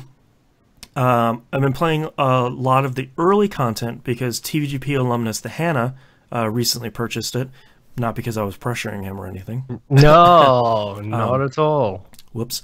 I saw you tweeting a bunch of images of, oh, look at this price for Destiny 2. Look at that price for Destiny 2. Hey, man, when Destiny 2's Forsaken Plus annual pass goes on sale for $40, that's a pretty good. That's a pretty good deal. I'm not gonna lie. I saw you tweet that, and I was tempted. Yep. I avoided the temptation, but I was definitely tempted. So we've been playing some of the early stuff, which has been fun to go back to, because I haven't played much of that stuff in general. And if I do, it's like part of the daily mission, so I'm skipping the intro cutscene, running through it in literally a minute and a half, and then skipping the outro cutscene. So that's been pretty fun. Also, shout out to Slick Nick from the community. We've been doing some of the really tough end game stuff recently, mostly with just the 2 of us, which has been kind of fun. We over the last couple of days have been going through the Shattered Throne. That's that 3-man almost mini raid that they put in, but we've been doing it with just the 2 of us. Over the last couple of days, we've gotten all the way to the last boss, and I had to leave to record this morning, so we couldn't finish. We were getting our strategies down. We were getting pretty close, so I think we'll have that pretty. If we had a third person, that'd be really easy. We would just knock it out pretty quickly. But it's kind of fun that it's just the 2 of us, and I feel like we're both on the same skill level. So I feel like that's been really fun to just say, this stuff's really tough. Let's just give it a shot and try it. And we're doing pretty well. And the new season of Destiny starts on March 5th. So good luck with that. Bye bye Boston. Yeah, I mean, like, and that's the other bad part about Anthem is the sunk cost fallacy is hard in Destiny 2 because I'm way deep into that, and they're going to come out with more stuff at just about the right time. So, sorry. And last but not least, there's another Dead or Alive 6 online demo that just came out. I didn't get a chance to play the previous one. I think it was only like a character or two. This one has 25 characters in it. Boy. So I thought, this is probably the one to try. It has all the characters I have loved, and there's some ones that I think they introduced in DOA 5 and patched in a DOA 5. So there's some I don't really know. This game, DOA 6 looks really good. I really like, you know, Team Ninja has been coming out and talking a lot about, you know, we're changing how the DOA characters look. It's and how they move. Yeah, how they move. Like, and I think I really like what they've done to the characters because they look different in a weird way. Like, I don't know how to describe it except they look a little bit more mature, maybe. There's something less like cartoony about them. Like, old DOA games always had a little bit of cartooniness to them, sort of less, for less caricature, shall we say? Yeah, and they've definitely decreased the bouncing physics. Blech. That's never been a great part of DOA. I hate to burst anybody's bubble. So that stuff feels really good. The online fighting, I played a handful of matches. All of them felt really great. I don't have my fingers down to counter anymore. I got to relearn that. Yeah. Really great tutorial system in this again. There's an overall tutorial system, and then there's a set for each individual character to teach you their moves. Which is really great. And I just read a news story that apparently it has a whole single player quest mode in it, which makes me really want to buy this game. I didn't play DOA 5. I never really got around to playing it, and I wish I had more people that played fighting games in general, because I feel like picking up DOA 6 and playing it every once in a while could be pretty fun. Yeah, are you feeling the itch? Yeah, I after playing it, sort of like, yeah, man, DOA those are still really great fighting games, and they haven't really lost their touch. They just keep adding more and more characters and more stuff to it, but they never really mess with the core fighting. That stuff still feels really good. And I think that to me is a really great selling point. But yeah, I played that for a little bit last night, and that felt really good. And we've been recording for a really long time, so let's take a break. Okay. I gotta go to the bathroom. Okay, I'm gonna see if my kid wants to come in. You can come in. Was that your end or my end that I had the door? Your end. Yeah.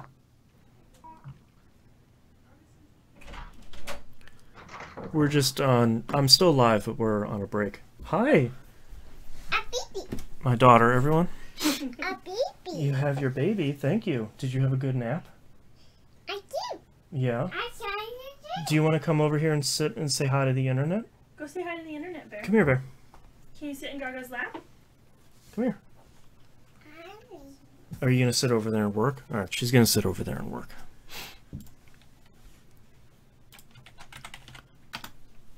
Are you going to type on your keyboard? Do you want to come over here and say hi? No, thanks. No thanks? Okay. Can the internet say hi to you? No, Scuttle. You can't be in here.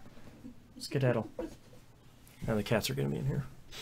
Come on, bud. Come here, buddy. I know you want to come in here and sleep. Okay. Sorry. Catherine, are you okay? I like it. Oh, you're working? Okay. Hey, Catherine, do you want to go say hi to Moon? You might be there. I don't know. Do you want to say hi to Moon? Yes. Okay. Do you want to come over here and give me a hug? Or do you want your baby back? Show the baby to everybody on stream. Hi. A 30-year-old Cabbage Patch. Here, I love it. Hey, Catherine Bear. We need to go downstairs so Gaga can finish working, okay? Do you want to go downstairs and watch Daniel Tiger? Yeah. No, thanks. Oh. I like it. You're working. When you get You're the so good. get the mute button here in case somebody decides to start screaming again. That's probably gonna happen. Do you want to go downstairs with Mama? Do you want to say hi to Moonpier? Somebody's opening the door. Tybalt, get out of here. Welcome back. There you go. Go say hi to Mr. Moon. Go say hi to Mr. Moon. Do you want to come here and say hi to Moon? Okay. Okay. Okay. Do you need help getting down? Okay. Come on. Let's get help getting down. Go say hi to Moon. you And can then sit we on have my to go lap. downstairs. I'm here. Say hi. Hello. Okay. You're just gonna want to sit there. Hi, Tybalt. Oh, she's No, that's not Tybalt. her name is Louise. She does look like Tybalt. What noise does a kitty make? Meow. That's right. Can you say bye-bye, Moon? Goodbye, Moon. Bye. Smooch, smooch, smooch. All right. Good job, Come on, sweetheart. sweetheart. Let's Go downstairs have with some Mama. goldfish. Go have some goldfish. Let's go have some goldfish. Let's go have some goldfish. There you go. Bye-bye. Was that the goldfish song I just had? I think so. And I haven't heard it before. Jimbo Django says, "Hey, boss, how long did it take you to platinum Assassin's Creed Odyssey? Is that Odyssey or Origins? I just started Saturday. Man, that game is good." Hold on. I think Moonpier's gonna look it up. I can't look up you, but I can look up me. Yeah, I think we were pretty similar. I think I can look up me. Hold on.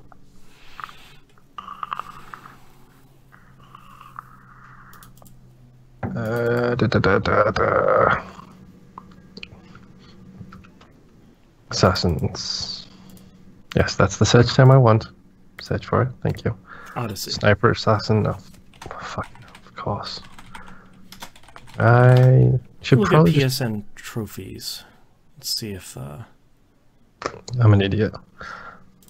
Actually, I want to do a double check here. I wonder if PlayStationTrophies.org will. Oh no, I'm looking at. What's the counterpart to True trophies. True Trophies? Thank you. TrueTrophies.com. There we go. So many of these websites. Mm-hmm. I actually used PS Prices this week because I got my first email about something being on sale.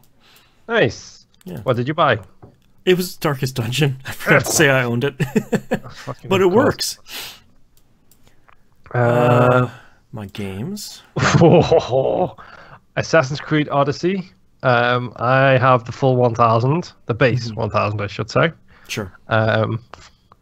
4 days, 11 hours, and 36 minutes. Wow. So almost 60 hours? 24. No, that's 4 days, dude. Oh. Yeah. So 107 hours approximately God. for the platinum. I did go over the top though, so Yeah. that's a many. I feel like I don't think mine got over 100. Yeah, 107's pretty bad. Yeah. Yeah, I don't know. The crazy part is, I know we talked about it on the show, I didn't run out of content in that time. So No, neither did I. you'll just sort of be playing stuff. Oh boy! And if we're talking about Assassin's Creed Origins, Now, that one was like 100 hours.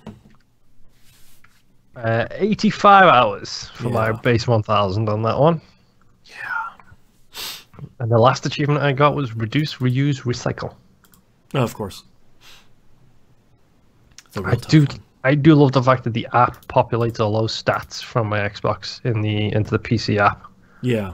Like, for example, I know in Crackdown 3, I have collected 359 agility orbs. Nice. Getting there. Mm-hmm. How many are there? Agility? 750. Yikes. And there's 250 hidden orbs. Yikes. Yeah. It's a little dumb. Yeah. Just wait until someone puts out a map that's completely unusable that everyone links to. Everything has changed with regards to them. I'm so glad that these things have evolved since the Crackdown games last came out. Yeah. Now someone's going to use the Google Maps API to make a... Well, apparently people were jumping on the Macca bandwagon and seeing if Macca would make a guide, and he was like, no, I'm not going to do it. No. I'm good. I'm not making a guide for 700 or like 1,000 orbs. Yeah. I'm not doing it. No thanks. So just do it for the hidden orbs, please, please, Macca. Yeah. All right. You ready to start? I'm just gonna wing news stories here. Okay. Here's the news. Stuff happened. Here's the releases. Stuff Games happened. came Deal out. with it. Here's the questions. Why are you guys so awesome? Because we're Maybelline. That's right. We're born with it. Damn right. The reality is we've been doing this for like 11 years, so. Yes, and apparently Jimbo liked my activity 5 days ago, and I just got the notification. Thank you, Jimbo. Oh, hi there, Jimbo. It was my, believe it was my victory stance in Apex. I like that your video has been really great up until we decided to go live, and then it does that herky-jerky thing. Oh, is he doing Skype. it again? Yeah, it's been doing it the whole show, but it's been fun. Piece of shit. That's right. Hear that, Skype? Coming for you. Oh, wife, when did you start playing multiplayer games? She won't answer because she's playing multiplayer games downstairs. I just had her talking to somebody when I went to the bathroom. And unless we suddenly have a living neighbor or the ghosts have moved in, then I mean, maybe she's playing Siege with the Ghosts. possibly. Yeah. All right, you ready?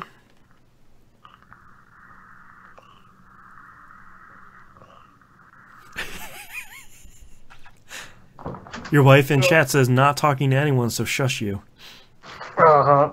It's the ghosts.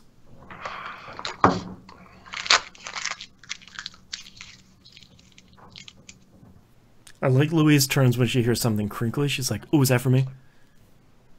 Mm. The HDR ghosts. Yes. Ooh, Okay, the lighting I'm looks sorry. so good. That's a little sticky, so how about instead we get your second favorite thing? Pringles. Post-it notes. Post-it notes.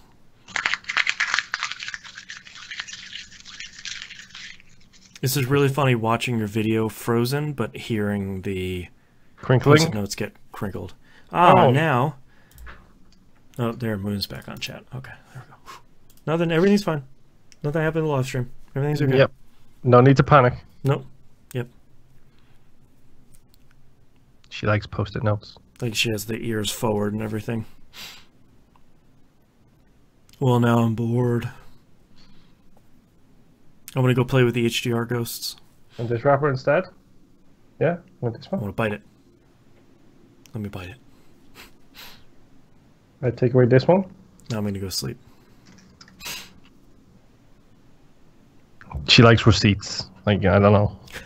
She Well, likes you know, I mean- little paper. TurboTax waits for no man. True. Your wife is right in chat. It says, don't blame me for the crappy ISP. It's really gusting out there. I mean, the HDR ghosts, they bring you great color quality. But sometimes the spectral interference messes with the internet. Bye, Luis.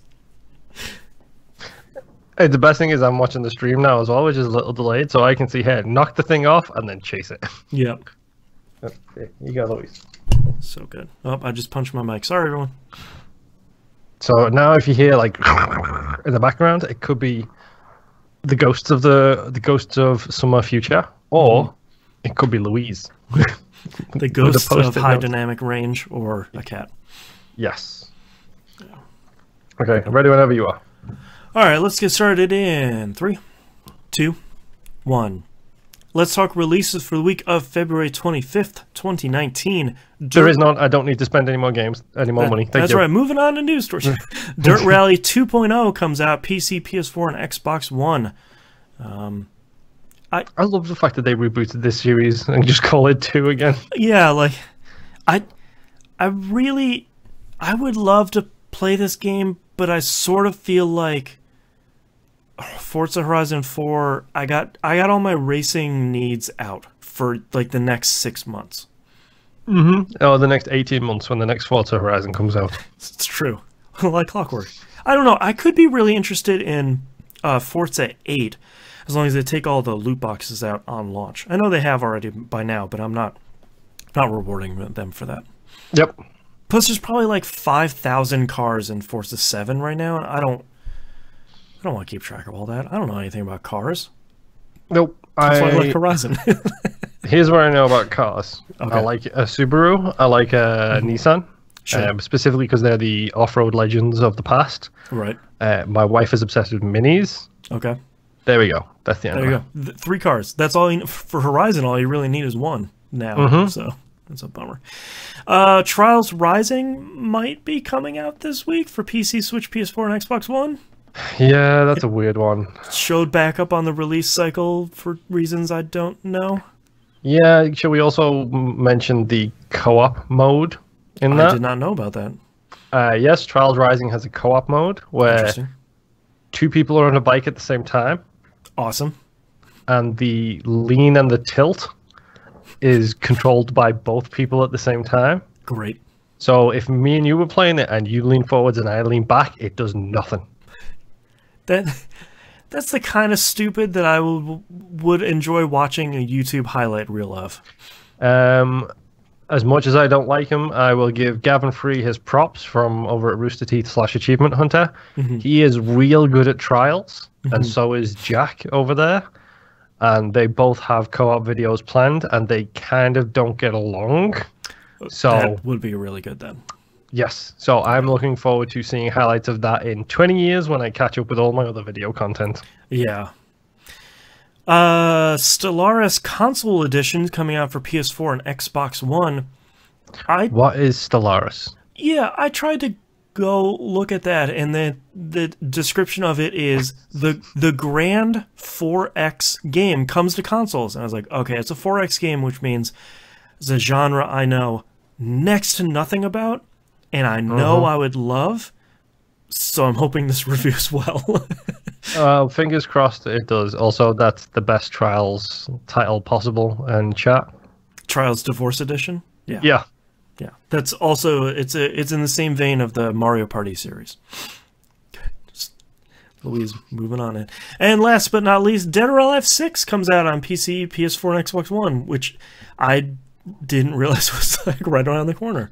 So oh boy. Yeah, I gotta put that on the old wish list on PS prices and wait for that one, along with Stellaris, because I feel like I could dig a 4X game if I could have one that would give me a tutorial. And if it controls well. Yeah, I feel like 4X games are fine because they're almost all keyboard and mouse, but... Yeah, but I'm not interested in playing it on my PC. That's the problem. That's also been my problem is let's tuck in for 200 hours. And it's like, well... You better have a real comfy chair. Yeah.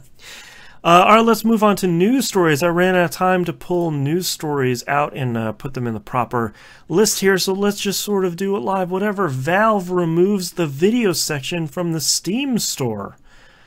Oh no, what a shame they're cleaning up their store, thank goodness.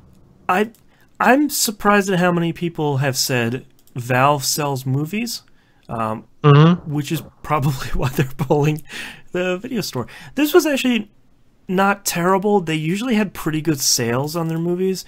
It's just you needed to play it out of Steam, which never really got anywhere. Yeah, I mean... I'm pretty sure Indie Game the Movie was first released on Steam, I think. I believe so, yeah. And that's fine. Good for them. It's there. Whatever. Fine. Get rid of your video section. Now, hire a bunch of people, and maybe we'll call them editors, and maybe we'll have them edit your store to only have real games in. Thank you. Moving on. God, we've tried nothing and nothing works. Next news story, Nintendo of America President Reggie Fils-Aimé is now going to step down after 16 years. April 15th will be, the Ides of April will be his final day. He'll be followed up by the person that everyone has forgotten that Nintendo hired, which is Doug Bowser. Which, great picture. With Mario and Luigi tied up behind him. Fantastic job on that branding. Let's just pour one out for the homie. Let's say thank you, Reggie. Reggie did a really great job at making that position and making Nintendo interesting. Yes. And not to be put lightly, but he is a 15-foot monster person of color in charge of the American division of a Japanese company. Right. And nobody has come across as good in any form of press conference or display or anything compared to Reggie. I think Spency's getting there. Yeah. Reggie has been number one. That's the guy you want to see on stage. He was comfortable. Like, he felt natural being up there and selling stuff, but he never...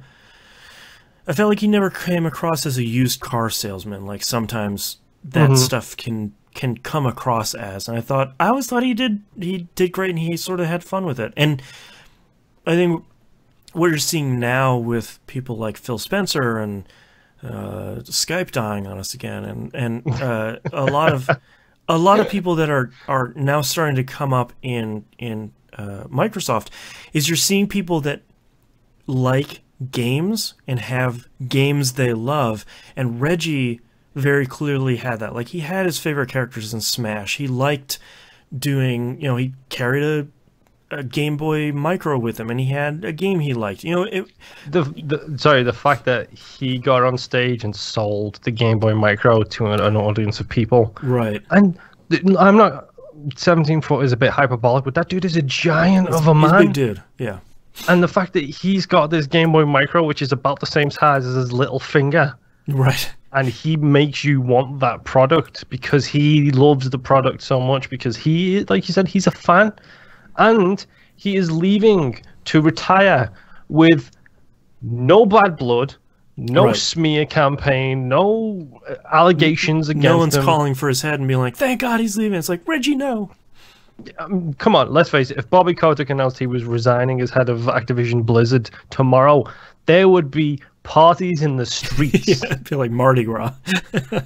Reggie announces he's retiring, and people are genuinely upset because he is a human representative of that company, and he is so likable. Yeah. Like, God love you, Reggie. It'll be interesting to see what Bowser does when he starts showing up on, when he starts showing up at, on Nintendo Directs and stuff. Because it's, obviously he seems to have a good sense of humor about his name, which I'm sure will be probably part of his first Nintendo Direct, which I sort of hope, like, lean into it and just get it over with and have fun, and then... honestly, he needs to come out in the costume. He needs to get... But like a bad costume. like a bad one, but something like you get at Party costume. City. Yeah. Where they can't call it by the official name, so instead it's like King Dragon instead of Mario. Yeah.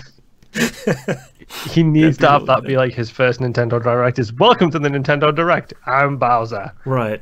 Rah. Yeah, that'd be really good.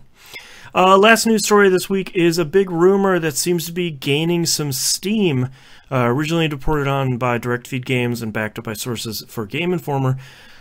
Rumor is that Xbox Game Pass will be headed to Nintendo Switch.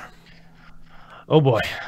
I feel like you and I have been talking about this ever since they talked about xCloud, where you take their xCloud infrastructure that allows for game streaming, and you take Game Pass, and you look at the two and you go, what if I put them together?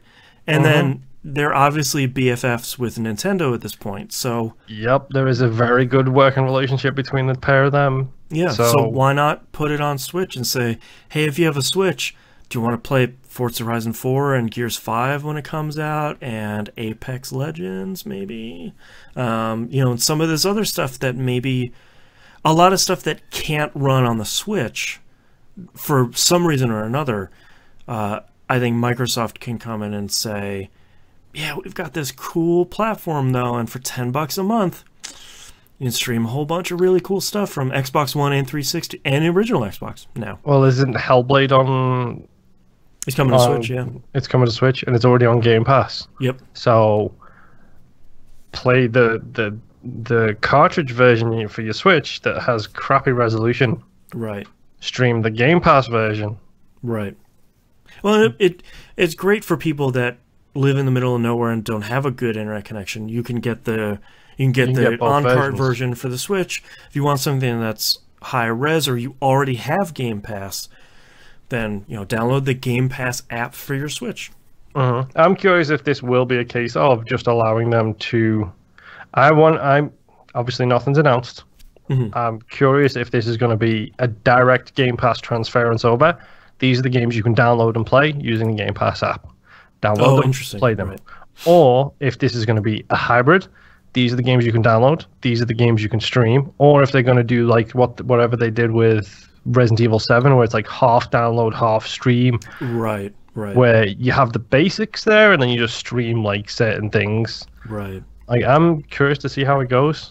Yeah, it'll be interesting. I feel like this is one of those news stories where you read the rumor and you're like, yeah, man, I sort of hope that happens, because that feels like a good idea. It feels like everybody wins.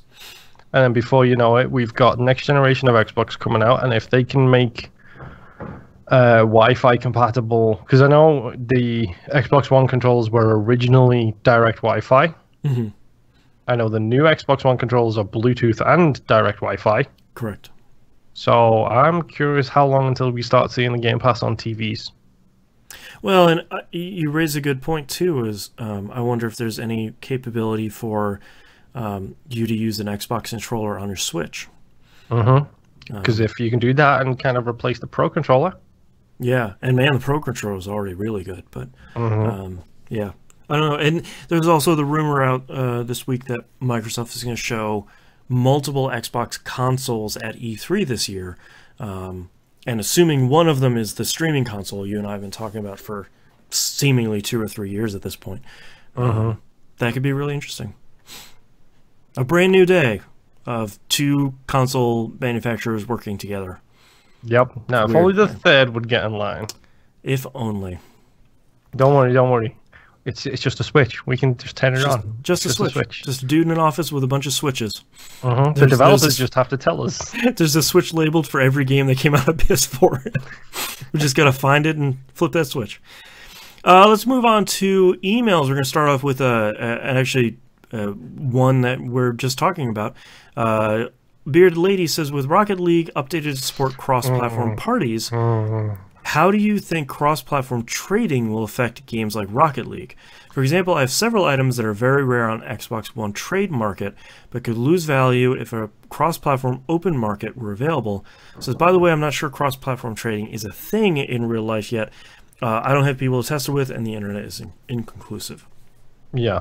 And honestly, that's the biggest game changer, because right now you have all these dirty little black markets dirty little grey markets, right, where items are traded from game to game, depending on your platform of choice, and rarity is a big factor in that. I mean, it was the same with the real world auction house for Diablo 3. Same with Team Fortress 2 hats and gear for there. Valve has been monetizing that stuff for a real long time.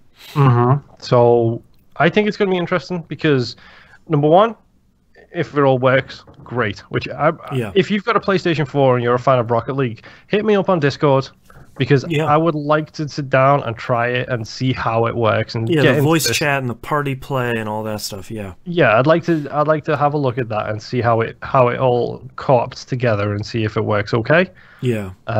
So send me a message, MoonPR on Discord, whatever. sit down, play a couple of rounds just to get the feelies going on, and see actually how it works, because I haven't actually tested with this yet. Yeah. But I could very, very quickly see these markets all, like, prices are going to go either through the roof or through the floor. Yeah. Depending on what item you are. I mean, it just reminds me of the guy who put a bunch of Magic the Gathering cards on his bike tire. Yeah. Because he was a fan of it when he was a kid, so he put on like his new bike that he bought, and one of them was like the Black Lotus, which is like the most expensive Magic card ever. And people literally, he put them on and then he like varnished over the top of them. Oh jeez. So they were irreparable kind of thing, and it was just like, you just put $100 and something thousand on your bike tire. Yeah, jeez. But I mean, it's what it's going to do. It's going to blow the markets open. Like, it's in a really interesting way, because I feel like we haven't seen this before. That's what's so interesting about it, and what could be so special is it's for the first time in how long it's something truly unique happening. Like, the only other thing I can think of is Elite Dangerous, where they have their servers, and things I sell on my version affects the markets on the PC and the Thingo and the PS4 version. Exactly, yeah. But that's always been that way. This isn't a case of, here is an established market, now let's just drop a bomb on it and see how things turn out kind of thing. Exactly. Which, by the way, Jimbo in chat really made my mouth water with that. Which is Nintendo can give back and let Xbox put Breath of the Wild on Game Pass in 4K HDR, the world would go insane. World would go insane. Yeah. If I would happily play Breath of the Wild again.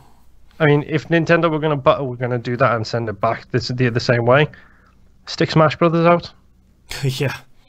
And then you've got the Xbox Live, because I hate to say it, Nintendo, but the best multiplayer server infrastructure out there right now is Xbox Live.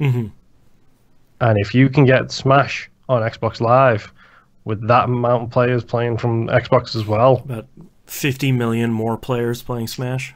Yeah, that'd be crazy.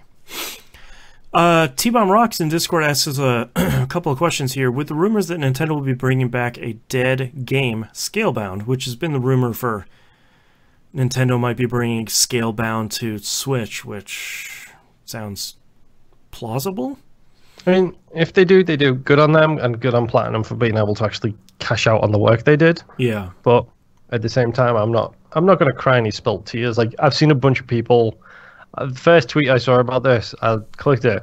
The first comment was, "I hope it does, so all the Xbox fanboys can cry their little tears." And it's just like, Jesus, get over it. Really? No one's fighting this fight anymore. No. Nice. Except for the Sony CEOs. Yeah, that's true. It says Platinum Nintendo and Nintendo are homies, and now seems that Xbox and Nintendo are becoming more than just Facebook friends. Good way of putting it. Do you think either are true? And if so, what does this mean for gaming? The other one he talked about was Game Pass on Switch, which you just talked about. Yeah, I feel like when Nintendo got Bayonetta, that was a big get for the hardcore action fans. It was a big get for Bayonetta fans as well. Yeah, and I think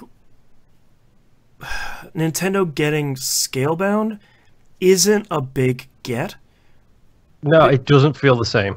Yeah, because I don't think we saw enough of that game. We did get gameplay trailers and we got stuff, but I feel like we never saw enough. You know, Bayonetta already had a title out where it's like, more Bayonetta? Great, I played the first one, that was incredible. Like, it's now on Switch? Yeah. Or Wii U? Cool. Probably one of the best character action games of all time. The first Bayonetta. And I think you look at Scalebound and you look at it and say, I mean, that game looked cool, but we never really got anything for me to say, all right, Scalebound's on my Switch now? All right, thank God I have a Switch. I'm getting it. You know, if it suddenly comes out and it's like Drakengard, but renamed Scalebound, that's fine. Yeah, that'd be weird enough to work, yeah. Yeah, well, I mean, I was amped for it because it was a Platinum game. I was never amped for the type of game it is because I never knew enough about it. And I'll be honest, my opinion of Platinum has gone down a little bit because they seem to be spreading themselves too thin. Like, yeah, I think they needed a lot of contract work, and I think that contract work got them into trouble, and they never got out from under that sort of misunderstanding. Like, all these companies do contract work. And I think people were saying, like, Platinum made a Transformers game. It's like, not real. I mean, sort of, but not really. Like, it's not really a Platinum game. Yeah. I don't think they ever got out from under that. No, but at the same time, like, their name was first and foremost on that dev team. You know, it was, as soon as you kick up the game, it comes up with Platinum, and then it's a less than stellar game. Yeah. You know, I feel bad for whoever this Microsoft Studios is for making such a great game in Crackdown 3, and they don't exist anymore. Right. Yeah. I mean, it goes one of two ways. You get Bayonetta 2, or you get Street Fighter 5. It's going to go one of the two ways. You know, we won't know until it's officially announced and it comes out. Like, yeah.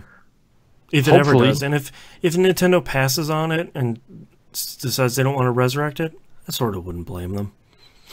It's not like they don't have any games they can choose from. Yeah, exactly. T-Bomb Rocks also asked, Sony has reported that the final 2 models of the Vita will stop production in Japan. With the success of the Switch, it has me wondering if Sony will take another shot at handheld gaming, or at the very least a hybrid PS4/handheld model. I feel like the second option is a lot more likely than them coming out with another handheld. Yeah, you're thinking PlayStation Switch kind of thing? Yeah, because I think they tried 2 or 3 times, depending on how many PSPs you want to count. They tried a bunch of times to get a handheld, and both the PSP and the Vita were really good, that they just never got there for whatever reason. Memory card prices. But for whatever reason, they never really caught fire. Memory card prices and also hardware prices. I mean, yeah. Let's make no bones about it. Those were expensive pieces of kit. Yep. And I think the Switch is so popular because you have the handheld, and then you have the docked, play it on the big TV, sit in your couch, and you have it on the handheld and play it on the tiny screen that's super bright, and everyone's trying to sleep in the bedroom and they're yelling at you. It's probably also worth noting that Nintendo makes games specifically for their hardware. Yes. Whereas Sony were like, oh, you want Uncharted? Here is a farted out version of Uncharted. Here's a motion controlled, touch screen controlled Uncharted. And it's like, that's not, stop doing that. But, and then on the flip side, you've got Nintendo, who make a Zelda game where to solve one of the puzzles, you close the lid on the DS, which is still really good. The most mind-blowing thing to me. You had to stamp your map. You close that was really good. And I think the thing is, when you look at Microsoft, the possibility of them doing a handheld console, like a handheld hybrid console, seems fairly low. That doesn't seem like it's the market vertical that they really want to get into. It seems like they'd rather put Xbox Game Pass streaming stuff on your phone. You already have a phone. Yeah. Game Pass is $10 a month. Whatever. It's only $10 more as opposed to $400 for like a 4K HDR handheld. Yeah, I mean, I think the big thing with Microsoft is that they're gonna push for the strongest console again. That's what they're gonna do, because they like it or not, they've had success with the X and that message. And that's what Microsoft and Sony are fighting with each other for. Nintendo is off doing their own thing, but the two of them are going to have that arms race time and time again. Yeah, I think the biggest thing for Microsoft is they have a history, not even just on the Xbox side, but on Microsoft side, period, for server tech. They have always had a rock solid foundation for Xbox Live. Why would you go out and spend however many billions on R&D to make a handheld when you can literally spend a couple of million and figure some R&D on your existing tech to just make streaming games possible? Yeah, you extend your current infrastructure to support iOS and Android, or to support Switch as an example. Like, why make a handheld console when you can put Xbox Live on Switch? like, or on phones or tablets or everything else. Right. If it's got a screen, you can run it. Like, yeah, and I think the thing for Sony, the thing that they need to struggle with is, is the PS5 going to be this hybrid dock-undock handheld console? Or are they going to lean even deeper into VR and AR? Like, which one of those paths are you going to go down? Because I don't think you do both with the hardware requirements for VR and AR. So I think that's the fork in the road they're at right now, where Microsoft is very clear, Nintendo is very clear.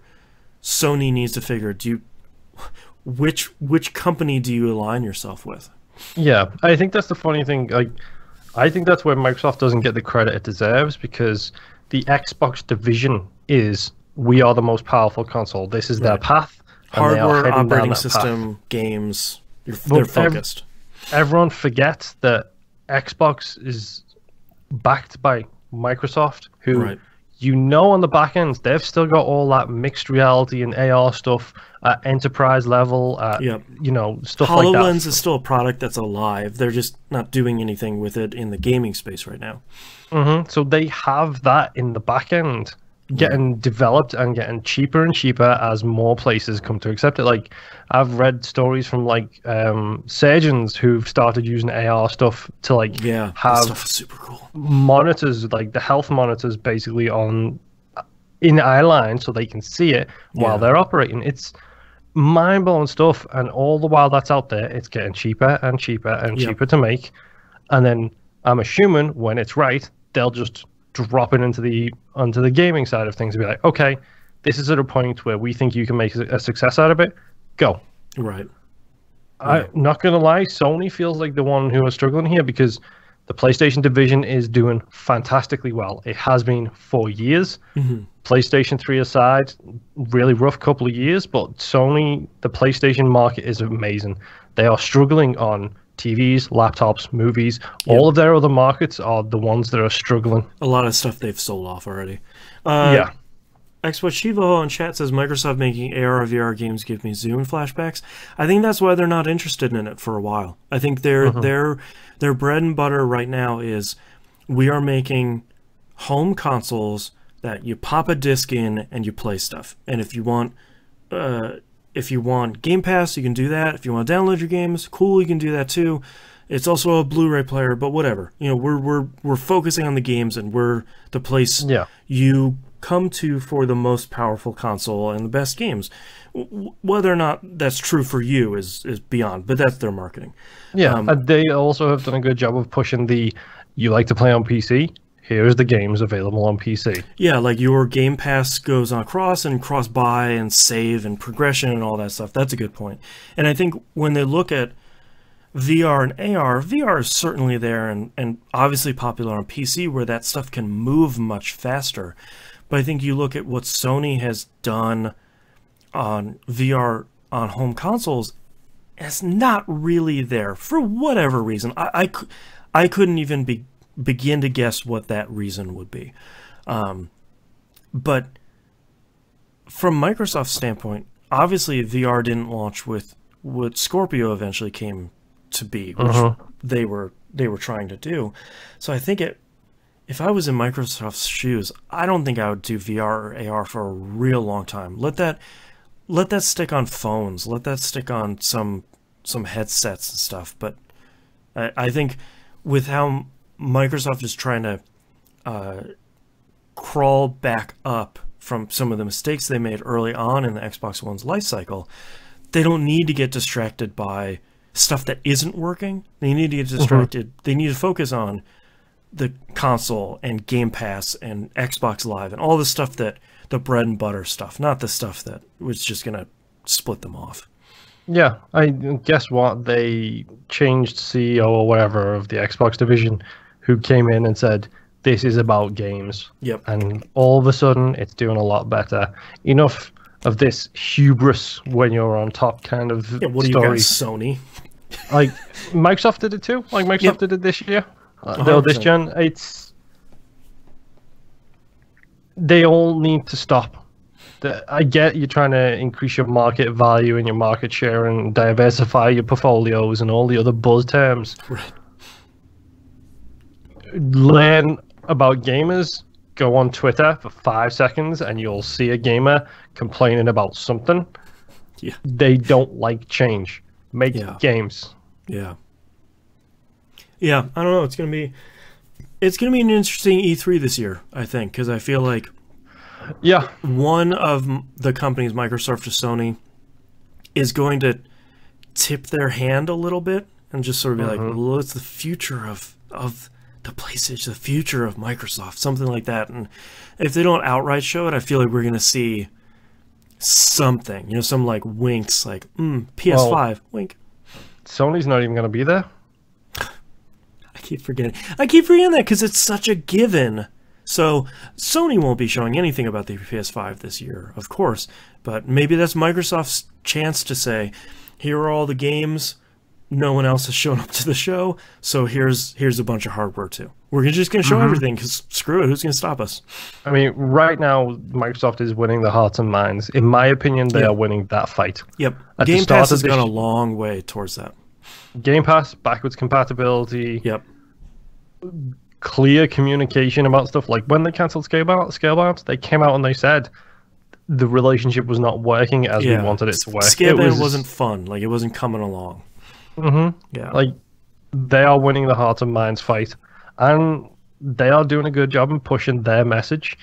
Whereas Sony just seems to take one shoe after another and just try and eat it as fast as they can. Yep. Yeah. I don't know. Anyways, well, we're very excited for E3 coming up in a couple of months, but that's the end of this week's... Don't say that, dude. Don't say that. Hey, I don't have to go. I'm not. It's not the stressful time for me. I just have to write a 17-page document for show notes and then talk for 4 hours. Yeah, me too. Yeah, I know. That's our episode this week. Thank you very much, everyone, for listening. If you'd like to visit us, you can do so at tvgp.tv. Everywhere to find and follow us is on the right-hand side of the page. Patreon.com/E1M1. The ones are numbers. Get all the cool behind-the-scenes stuff. There's Moonpier's Song of the Week, exclusive to the Outcasts at the $2 or higher level. The $5 is really the sweet spot. You get everything on there. And it's only $5 a month.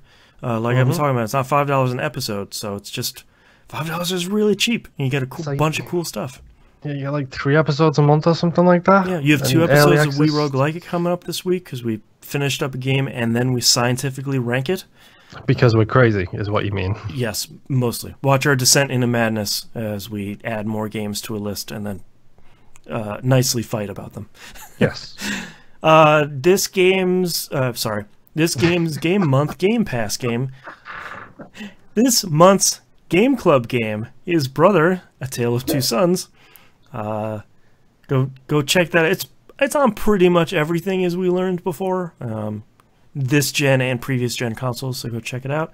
And I've obviously lost my mind, so we'll see you all next week. Bye. Are you okay over there? Tired. Did you hear the yard work going on, by the way? Nope. Haha. All right. All I had was the HDR ghosts. Yeah, the HDR ghosts attacking, which it's great. The show is about to end and it calms down. Right. Okay. Show titles? Hit me with those show titles. I'm assuming you're writing the one from Jimbo down. I did, yes, thank you. Least controversial. Yes. I put the least controversial with a question mark. I'm going to start with the least controversial? Yeah, question mark definitely suits that one. Yeah.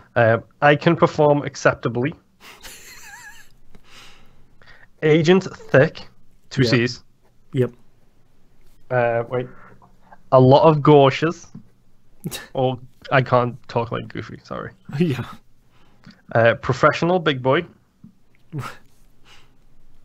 We've tried nothing and nothing is working.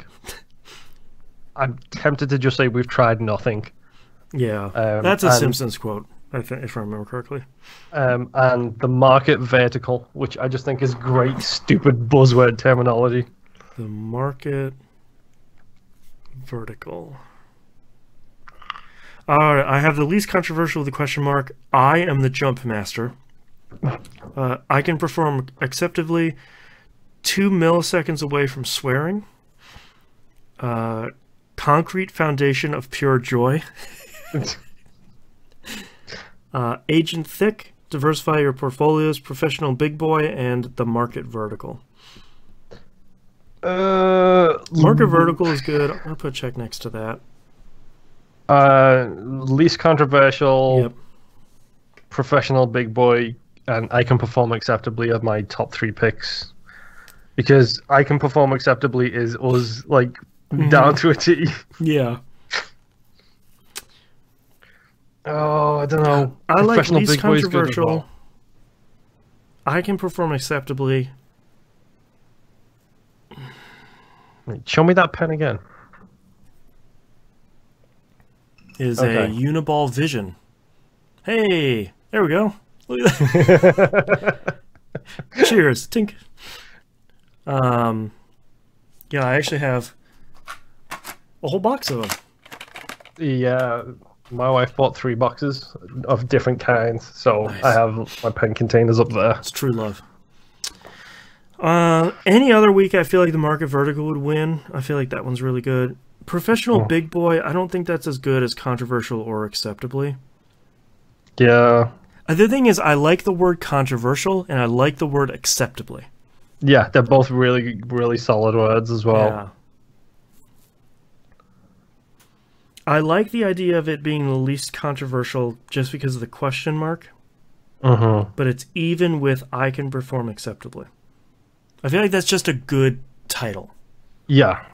I think the thing is they're both solid titles. I'm going to vote for I can perform acceptably over the other.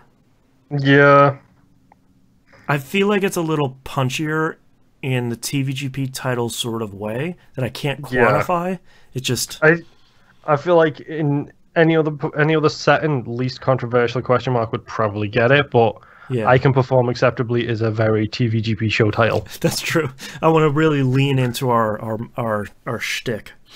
Yes. All right, I'm going to circle it then. All right, starting in 3, 2, 1. This is That Video Game Podcast, episode 592 for February 25th, 2019.